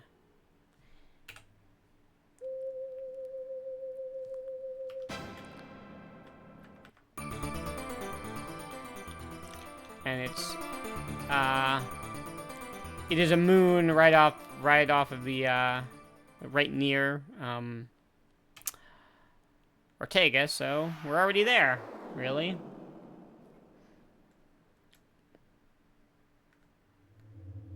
With a mighty whoomp, you set the aluminum mallard down on the surface of Pestulon.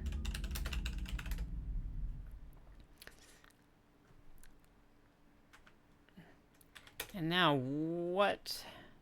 Let's say, make 2 saves here. What a peaceful planet for a software company. You think to yourself, what a shame it had to be Scumsoft. You are surrounded by what can only be described as tree-like growths towering high above you. The turf has a mossy texture. And I think, does it not matter which way we go? No.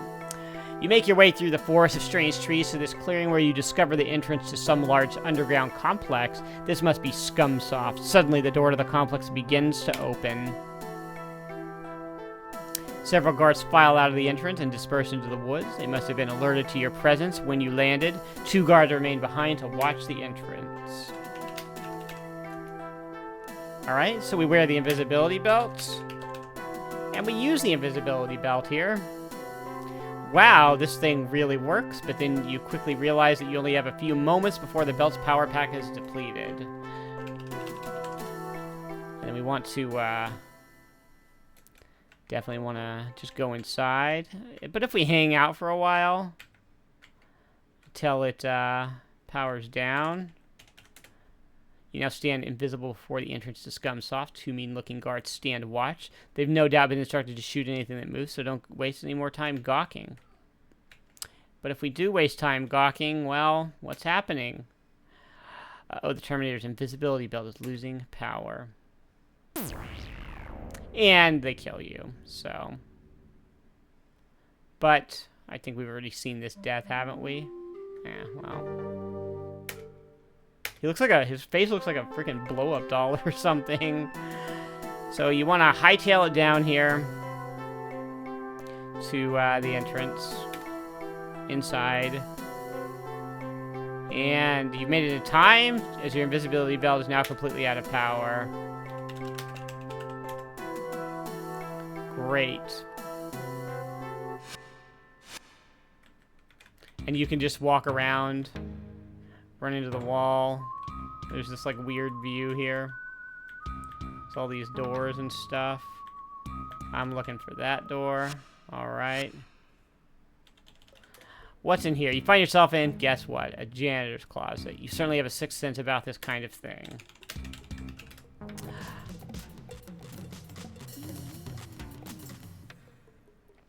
And rummaging around the cramped closet, you find a pair of old, grimy janitorial coveralls. What a great idea, Roger. No one would be suspicious of a janitor walking around. You grab the coveralls and pull them on, seizing the opportune moment to dump all the old items you've been pocketing along the way. What a great disguise. Wait, what's this? You reach down into the pocket of the grimy coveralls and find, well, what do you know, Mr. Garbage. A trash vaporizer. You've seen these babies in all the janitorial supply catalogs, but your superiors were always too cheap to outfit you with one. Well, well, we got our coveralls. Alright. And the vaporizer. Mr. Garbage, a janitor's best friend, designed to vaporize all non-organic biodegradable matter, i.e. trash. So we come out. Here we are. And then... Whoops. God damn it. Ah! Why? There we go. Okay, now I can go through the door. And I am just going to save my game right here. Now, here we are. You're in the cost-efficient corporate accounting department of Scumsoft Incorporated. These hardworking accountants are trying to figure out where the company spends its money. Now, what you have to do here is you use this vaporizer to suck up all the trash.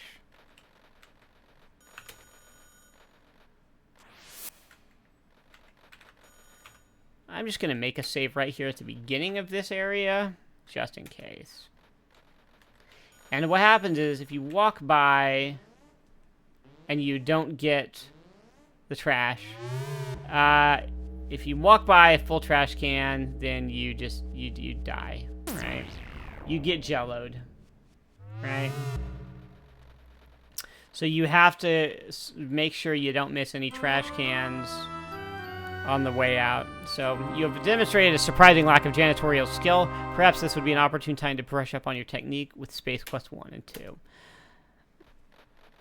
And these trash cans... Alright. Good. These trash cans, it can be a little finicky sometimes.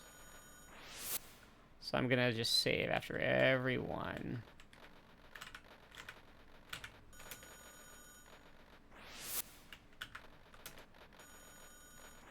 Great. Alright, that's everything I can get right there. And what you want to do here, what you're ultimately looking to do is, well, so there is another door on the outside of this, in that circular hallway, where it requires like photo ID. And as you can see here, there's that photo on the wall. And my goal here is to make my way, whoops, down to that photo. Which way did I...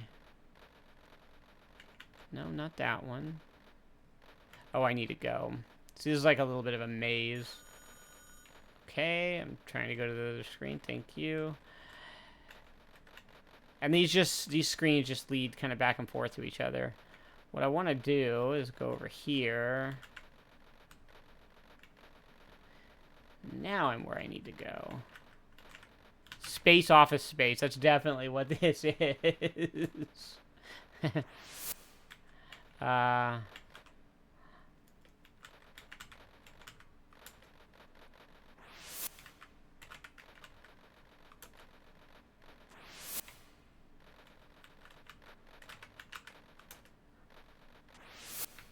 we go over here.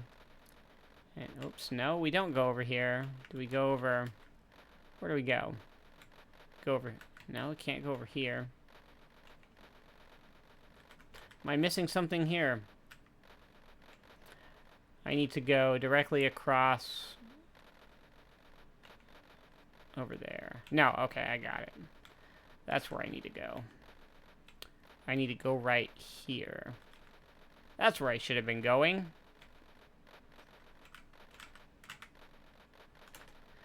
We vaporize that.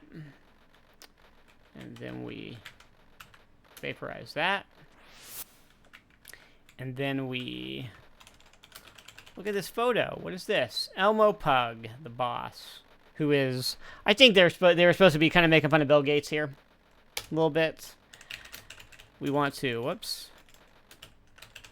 I want to take the photo. Surreptitiously, you snatch the picture of Elmo.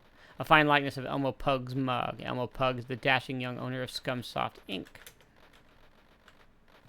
And we copy the photo because, first making sure that no one is watching, you slip Elmo's picture into the copier and press the start button. Because if we just take the photo, then we get killed again. Out pops a beautifully reproduced copy, which you roll up and stash in your pocket. Don't forget the original. Oops. Put photo on wall. Why is it you replace the original picture of Elmo? Okay. And then, let me see. I want to go... Which way am I trying to go? I want to go back this way. And then what we want to go... Where do I want to go? I want to get up there. Okay. We get up here. Save the game again real quick. Whoops. What was... Sorry, I F3'd the wrong thing. There we go. Oops. Oh, god damn it.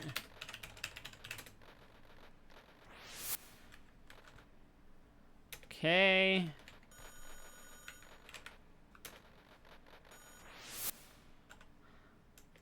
Some of these, the positioning on some of these can actually be kind of finicky.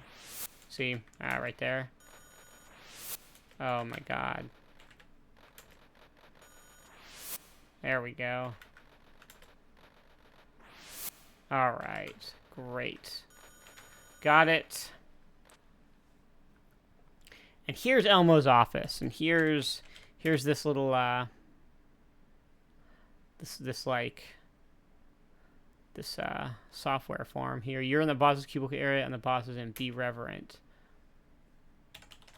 So these men whipping people. Over the top of the partitions, you can see two gentlemen cracking whips. You assume that it must be the programming department.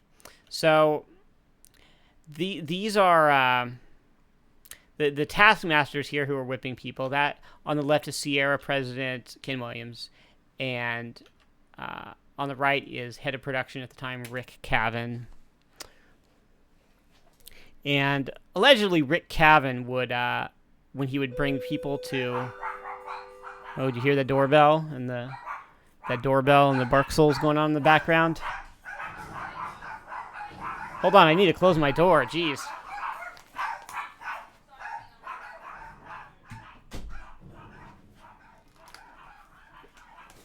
Oh my goodness. I bet we have an Amazon delivery. Anyway, so Rick Cavan, their head of production, when people would come to visit Sierra, he would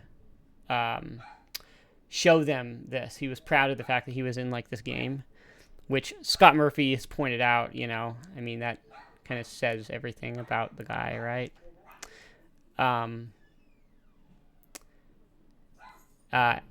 There was an IGN interview in 2014 where Scott Murphy called this scene, quote, a reference to the evil side of what Sierra was becoming at the time. And from the same interview, he said at the time that his tenure at Sierra had officially come to an end in January 1999.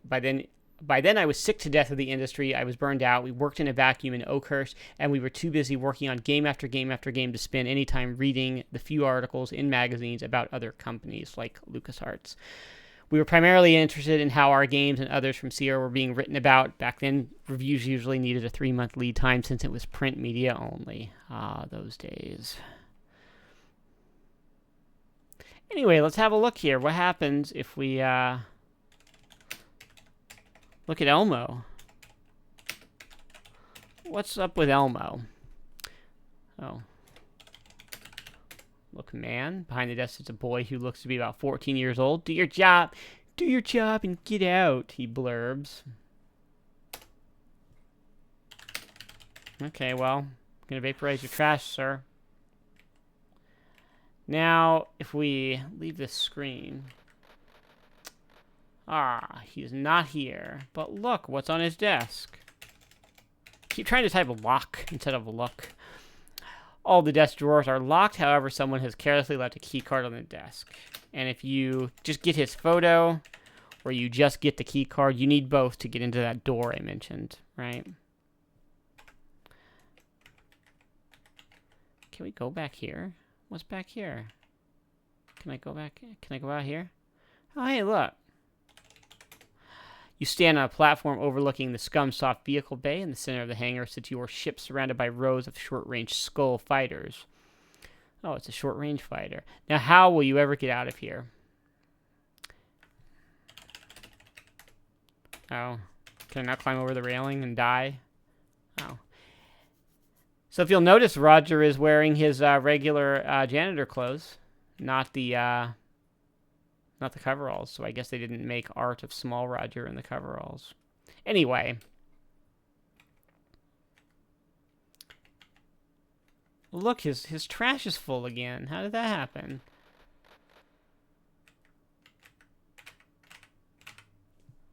I can't let that, you know, go. Aren't you taking this janitor bit a little too seriously? Yes, I am. All right. So yeah, you'll see. So that quote I read from Scott Murphy, you know, and he's had some other. His time at Sierra was not the happiest, but he, you know, even at the time, you know, it's like there was crunch and unreasonable deadlines and all the stuff we kind of like finger wag developers for today. Like, it was going on even in the 80s, man. So some things never change. Do. Crash into the wall. Dirt. All right, let's see.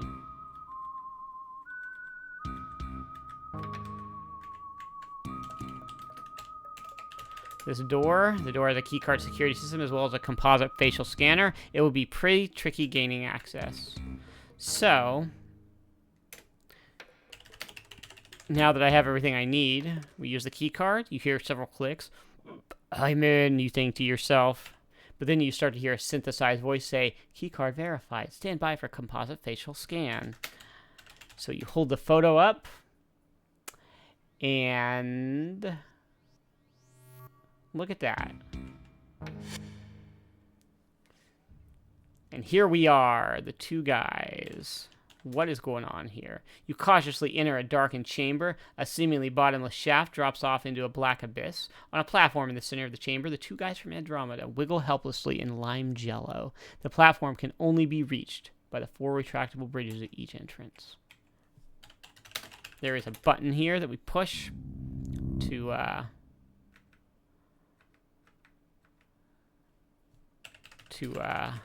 get the bridge out there. And how do you free them? Health! They slurp from their jello encased captivity. Okay, well, and if you try to eat the jello, yuck, you hate lime jello. But you can vaporize it. Oh my god. You successfully free the two guys from their slimy confines, and they begin to speak. Thanks, dude. It's great to be out of that green stuff. Hey, what's your name? Roger Wilco, you admit. They discovered our distress message we coded into the Astro Chicken game and sent us here as punishment. Let's get out of here before we're discovered. Oh, jeez. Can we not, guess the game doesn't understand me wanting to look and talk to my new friends. My creators. So what's your plan for getting us out of here, Wilco? You'll notice I have 737 out of 738 points, right? So watch what happens to the score.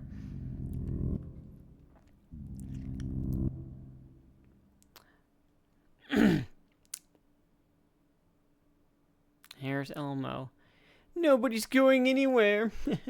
You might have thought you were pretty clever, Mr. Wilco, disguising yourself as a janitor. Unfortunately for you, my boys found your sorry excuse for a ship in the woods. Escort this gentleman to the arena. You boys haven't seen a good fight in quite a while. And I believe in official Space Quest canon, I'm not sure where the reference is at. It might be in a future game, but I believe Elmo Pug here is supposed to be the descendant of Sludge Volhall from Space Quest 2. I think. So there is, like, it doesn't tell you here, but there is like a villainous lineage going on. So he's like the new Volhall. And do away with those two Andromedans. They've been more trouble than they're worth. Take them away. So as you notice, my points have decreased by 200.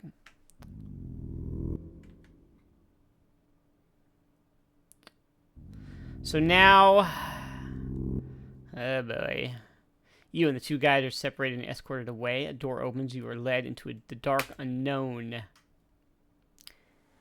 And here, oh boy, save my game here.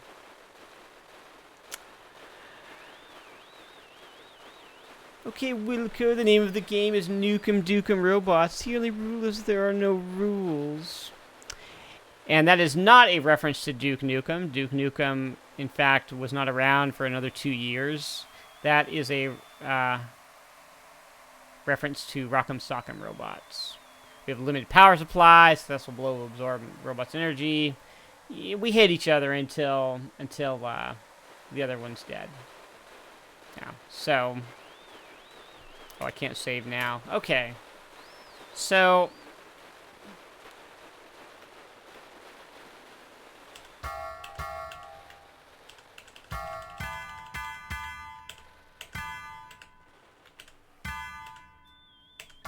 Ugh.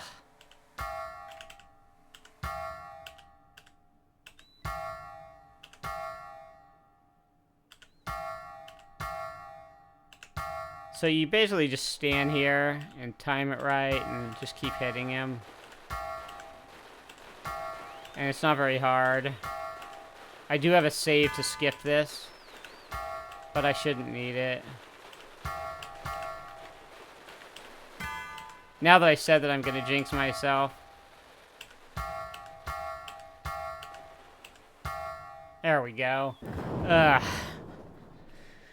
Oy. Come on, let's get out of here. Let's get the hell out of here. Yeah, this totally was Titanfall. Get them, you fools. It's Titanfall 1989. And this was, no, this was not before Punch-Out. Punch-Out was, well, the arcade game was 84. Mike Tyson's Punch-Out was the same year as, no, Mike Tyson's Punch-Out was 88 and this was 89. So well done, Roger. You done good. You managed to rescue the two guys and escape from Pestulon alive. Looks like this will be a milk run from here on out. And here they're just gonna like babble at us and all that. Let's save my game before I do this.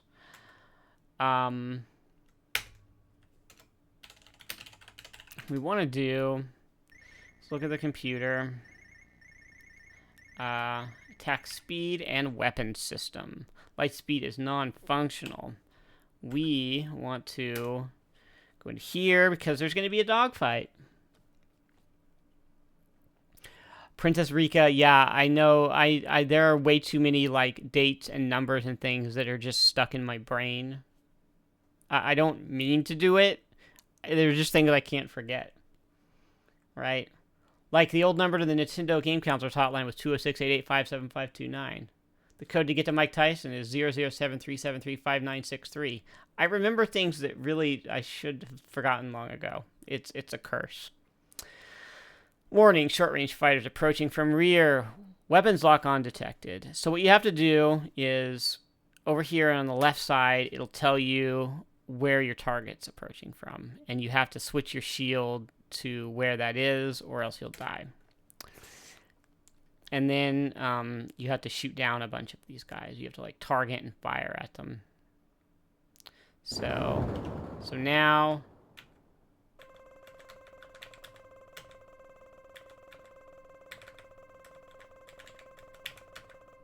and you have to get all of them or else you'll die, so... So it's really not fun. I did not just make that up. Those really are the numbers. You can go look them up. Okay.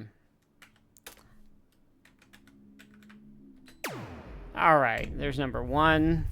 And it always does the thing where... Oh, I guess not. Having the correct shield up could have prevented this. The final shot spreads the side of your ship. In the sudden vacuum, your body fluids expand beyond the capacity of your tissues. Your desiccated body... desiccated should have 2 S's, but your desiccated body will drift forever, a grim testament to your blundering stupidity. I thought they went front, back, front, back. I guess not.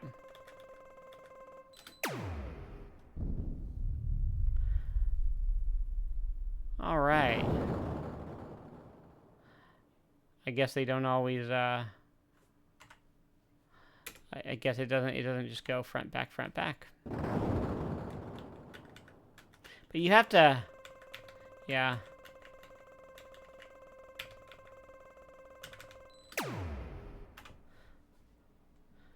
You have to kill 5 of them. I will save after every one because I can do that, and I'm a dirty save scumming. Just a dirty, dirty save scummer here. And you kind of have to chase it around until it freaking locks on. Okay, cool. That's 3.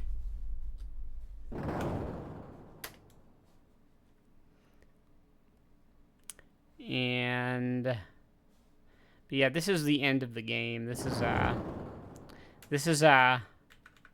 you know... This is the last thing you have to do. That's 4. And 1 more should do it.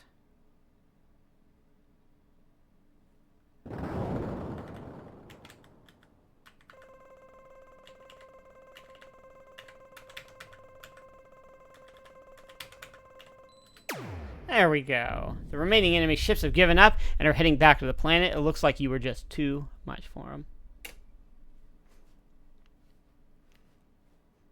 Cool. Do I wanna just not exit this view. Man, oh man, you really show those buzzers a thing or two. Now, can we get something to eat? The one without the beard is Mark Crow, and the one with the beard is Scott Murphy. You inform the 2 guys that Lightspeed is no longer functional. They're not overly pleased with this piece of news. What? Now I'll never get any food. Some rescuer you are. What an ungrateful jerk. Hey, what's this thing on the wall? It says Lightspeed Maintenance Access Panel. Gee, maybe I can fix this bucket of plasto bolts.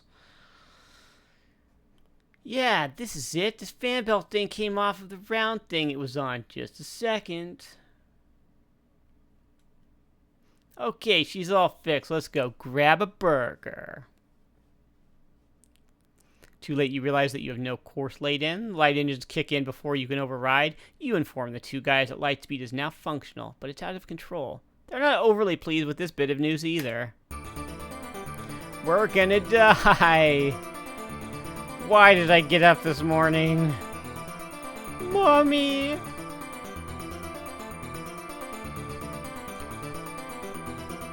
Careening blindly through space, your ship speeds toward a sizable black hole. Once within the gravitation of the black hole, there's no escape. You plunge into destiny.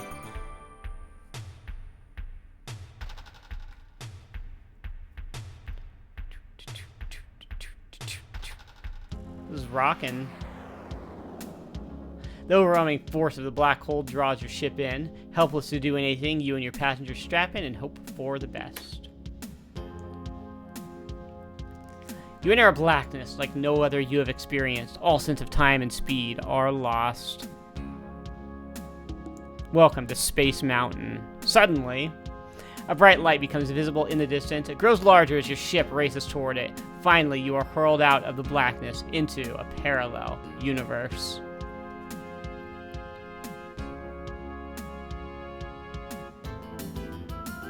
Oh dear. You cut the engine to sublight speed as you near a seemingly habitable planet. Well, well, well. What do we have here?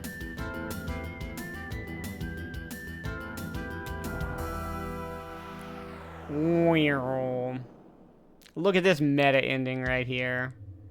It's Sierra. Those offices are now owned by a religious medical group.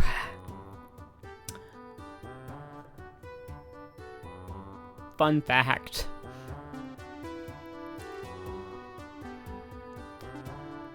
Like how Roger just creeps in. Greetings, Earthling. We are the two guys from Andromeda, universally famous software authors. And I am Roger Wilco, space-age swashbuckler and all-around nice guy. M'lady. Hello, I'm Ken Williams, president and founder of Sierra Online. So you two guys are software authors, huh? What are your credits? Ever heard of Astro, chicken? No? Good. How about you two guys coming to work for me?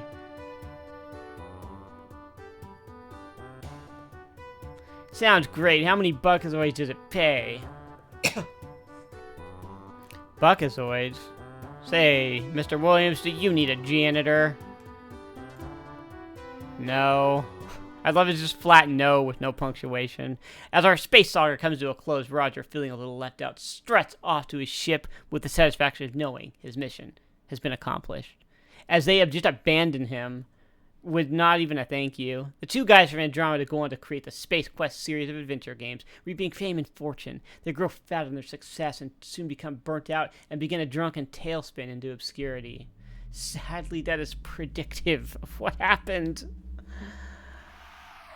Except for the drunken part, as far as I know. But, yeesh. So we bid our hero fond farewell as his ship once again bursts into light speed. Course unknown. And that's it.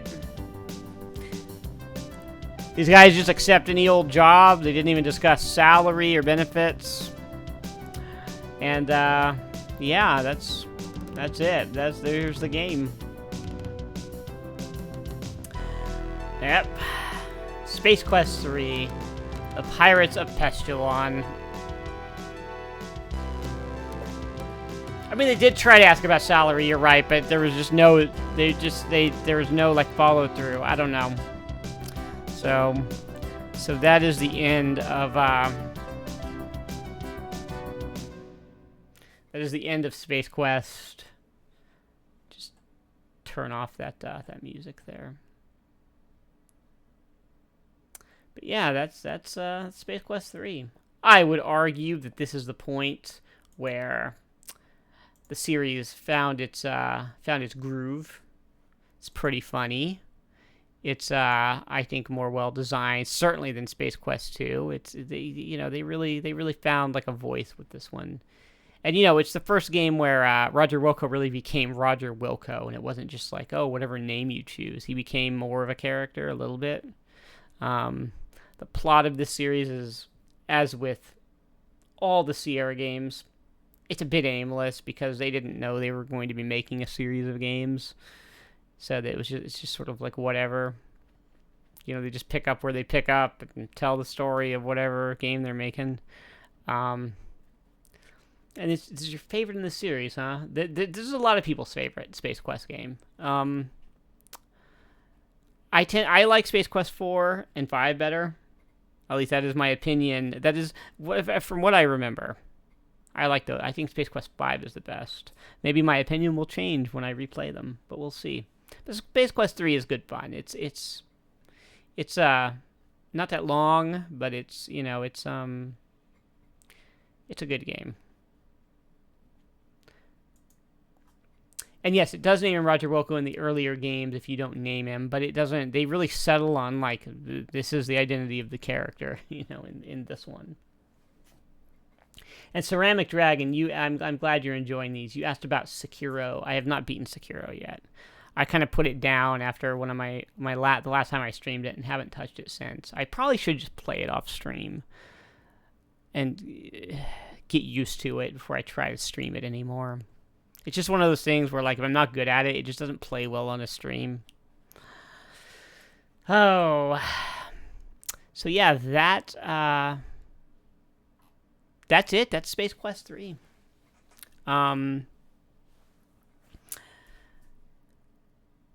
I hope you guys enjoyed it, and hope you guys are just enjoying this series overall.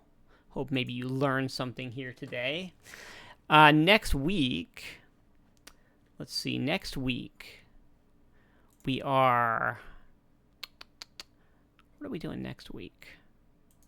Oh, we're doing Manhunter 2. Back to the AGI games. Back to the last of the AGI games. Finally going to get around to Manhunter 2 San Francisco. Polish that nonsense game off.